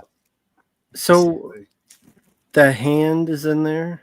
Yeah, it's the grave with the zombie arm coming out. So it's not even good. When did he get that? Oh my god! Like years ago, like maybe 5 years ago, maybe that's four or ridiculous. 5 years ago. Somebody's I keep that box in that plastic just because that the artwork on it is so cool. I just don't want it to get damaged or dirty or anything. You guys can't see it, but it's in the grave thing is back there in one of those glass things. Okay. So I'll probably do a video on all of that. It's the perfect time to finally do a video on it. I still want to get it signed by Savini. If he ever fucking comes this way and does a show, I'll have him sign it for sure. Are you going to do the video? Otherwise, Wes will be pissed at you. Hey, Mark, Yeah, if the 4K comes, yeah. is that not Living Dead PS5? That would be cool though. Is this? I mean, it's as big as the box. Jeez. Yeah, the bust thing that's in there for the grave and the zombie arm is pretty big, and it's a big thing. Like it's not small at all. That's why the box is so big. But you didn't buy the keep No. yet. I don't blame you. Fuck, I'd never buy it. If I was you. But Mark, I mean, he buys all that stuff. He'll have like a break into bus, somewhere in the Break Into. closet. Bootaloo shrimp head. They'll come with the breakdancing mat so that I could Exactly. dance. Chaz Flick 77. Do you live in Pittsburgh by any chance? Because I know they opened up a new store in Pittsburgh, Huh. which I'll actually probably be going to when I go down to that Living Dead weekend because it's like right down the road from that. Now you just need to find something to buy. True. Because they don't have shit. Well, you could trade in too, right? Yeah, but who wants Can that you? crap? Do they do that? I think so, yeah. It's I'm like pretty sure. GameStop. Like you put $5 in, you get $5. Oh. Be like Actually, GameStop. Orbit does that too. I think it's Orbit. They'll let you trade in stuff. I'm pretty sure that's this. It's either no, it's got to be Orbit. I don't think it's Diabolic. Would you have him sign the bust or the box? Oh, the bust for sure. All the busts are what I get signed when I go to conventions. That's usually what I take. Yeah, I never take the box of any of this stuff. It's just too damn big. Can't take that stuff.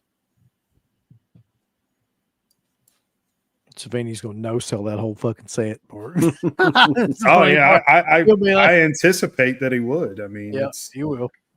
The funny thing is that that one and Maniac are the two that I want to get signed by him. I just haven't had the chance to run into him. I could have there was a few years ago I could have gotten him signed and I just didn't because I just avoided meeting him because of all the stories. But at this point, I'm like, I need to just go ahead and do it. And Yeah, there's like a 25% chance you'll have a good experience. So I mean, I just know not to geek out and fanboy out like Nope. how a lot of other people do. I'm gonna no sell everything. So God forbid you're a Don't fan. do not bring up any of his movies, and you'll be fine. I won't. That's the last thing I'm gonna talk about. Yeah, God forbid. when Yeah, no, I know what Glitch. you mean, Matt. Like, you should be able to just be a fan. I know what you're trying to say. And because, hell, he's just signing his fucking name for money, you know? Like, you should be able to have whatever experience you want with him. As long as you're not disrespectful, of course, but still. Sure. Bobby says things with console version of Sims 2 or Simpsons Road Rage, you can do whatever you want. Like Sims 2, I make my Sims be like Sims 1 and Simpsons Road Rage. I can talk them to destinations and take them somewhere else. Take them to destinations and take them somewhere else. Like a taxi. Yeah, I mean, I played Road Rage. I never played Sims. That's not my kind of game. But yeah, very nice guy named James sent me a PS5 as a gift. Very kind of him. So I'll be playing Spider-Man 2 on my channel. Enjoying it so far. I think PS5 actually plays 4Ks, which is cool. Yeah, it does. So that's cool. I'll use that. I only played that one time, one of those Sims games. Were they too white? No, that's not. It's it's just a funny story. What? I probably shouldn't tell it though. Well, then you gotta tell it now.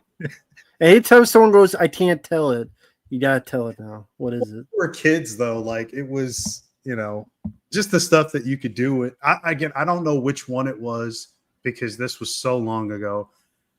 I want to say even back then at that point they were only on PC. I mean, I've played PC games my whole life, so at some point they moved them over to consoles and stuff. But I just remember it was me and my cousin playing it, and so you know the concept of the game, right? Like you just your house and your life and shit like that. Okay. They're just being bored, walking around life in a kitchen. Yeah. Maybe the kitchen burns down and stuff. I didn't even see the comment. What did that say? No, that's not it. Basically, the short version of the story is that when we were playing, we made it was me and then my cousin, and then he had a girlfriend, I had a girlfriend. We were making each our guys like sleep with each other's girlfriend. What? You could do that. So I remember my uncle, he was like, all right, you guys can't play that anymore. I was like, that was by mistake. I had no idea you could do that. Oh, mistake, I'm sure. So that's what they always say. It was just I slipped and my dick fell in her. I tripped over my dick. It just fell. It's like last Boy Scout. Oops, it just isn't my week. Freddie Lit says, this is for Bill. I've seen that film When Evil Lurks. That film is extremely brutal towards children. I was not prepared. Me either, Freddie. But it's in context in the world of that film, though, where if Evil really was released, it would not give a shit about, Makes who sense. you were. And actually, there's a whole subplot to that story where Evil likes children even more than adults because they're easier to kind of manipulate. Mm-hmm. Gotcha. Yeah. So I guess that's it. Jesus, we're 3 hours into this. I really didn't intend to go 3 hours, but here we are. So check us all out on our respective YouTube pages, Rambo Ref, Stuntman, Marq, and then over at deadpit.com, into the Dead Pit freaking on Patreon page, all that shit. Until the next time, always remember that everybody dies, but Friday night lives. See y'all. A big thanks goes out to our supporters over at Dead Pit on Patreon.com. You can get hours upon hours of great content, right, Uncle Bill? There's so many hours of content. We've got reviews. We've got songs. We've got live streams. We've got exclusive streams. We've got non-exclusive streams. We've got streams with all kinds of celebrities and all kinds of different old shows from the past podcast, the initial incarnation of the show. All of that can be yours. Dead Pit on Patreon.com. Show us a little bit of love. Give us some money because we definitely deserve it. That Patreon page is so killer that you'll rub your bird to it on a nightly basis. It's that good. You won't be able to contain yourself. You'll have to jerk your bird out and go crazy. I mean, that's how much content that we have. So much content that it's massive and it will massively smack you in the face. You'll play with your bird so much, pretty soon you'll be looking around for somebody else's bird to play. Hey everybody, it's your favorite Filipino bitch, Miss Slatko Fudd, telling you about shop.deadpith.com. Simply the best horror shirts on TeePublic. There are others, but they all suck. And it's the best goddamn deal on horror shirts you will ever see.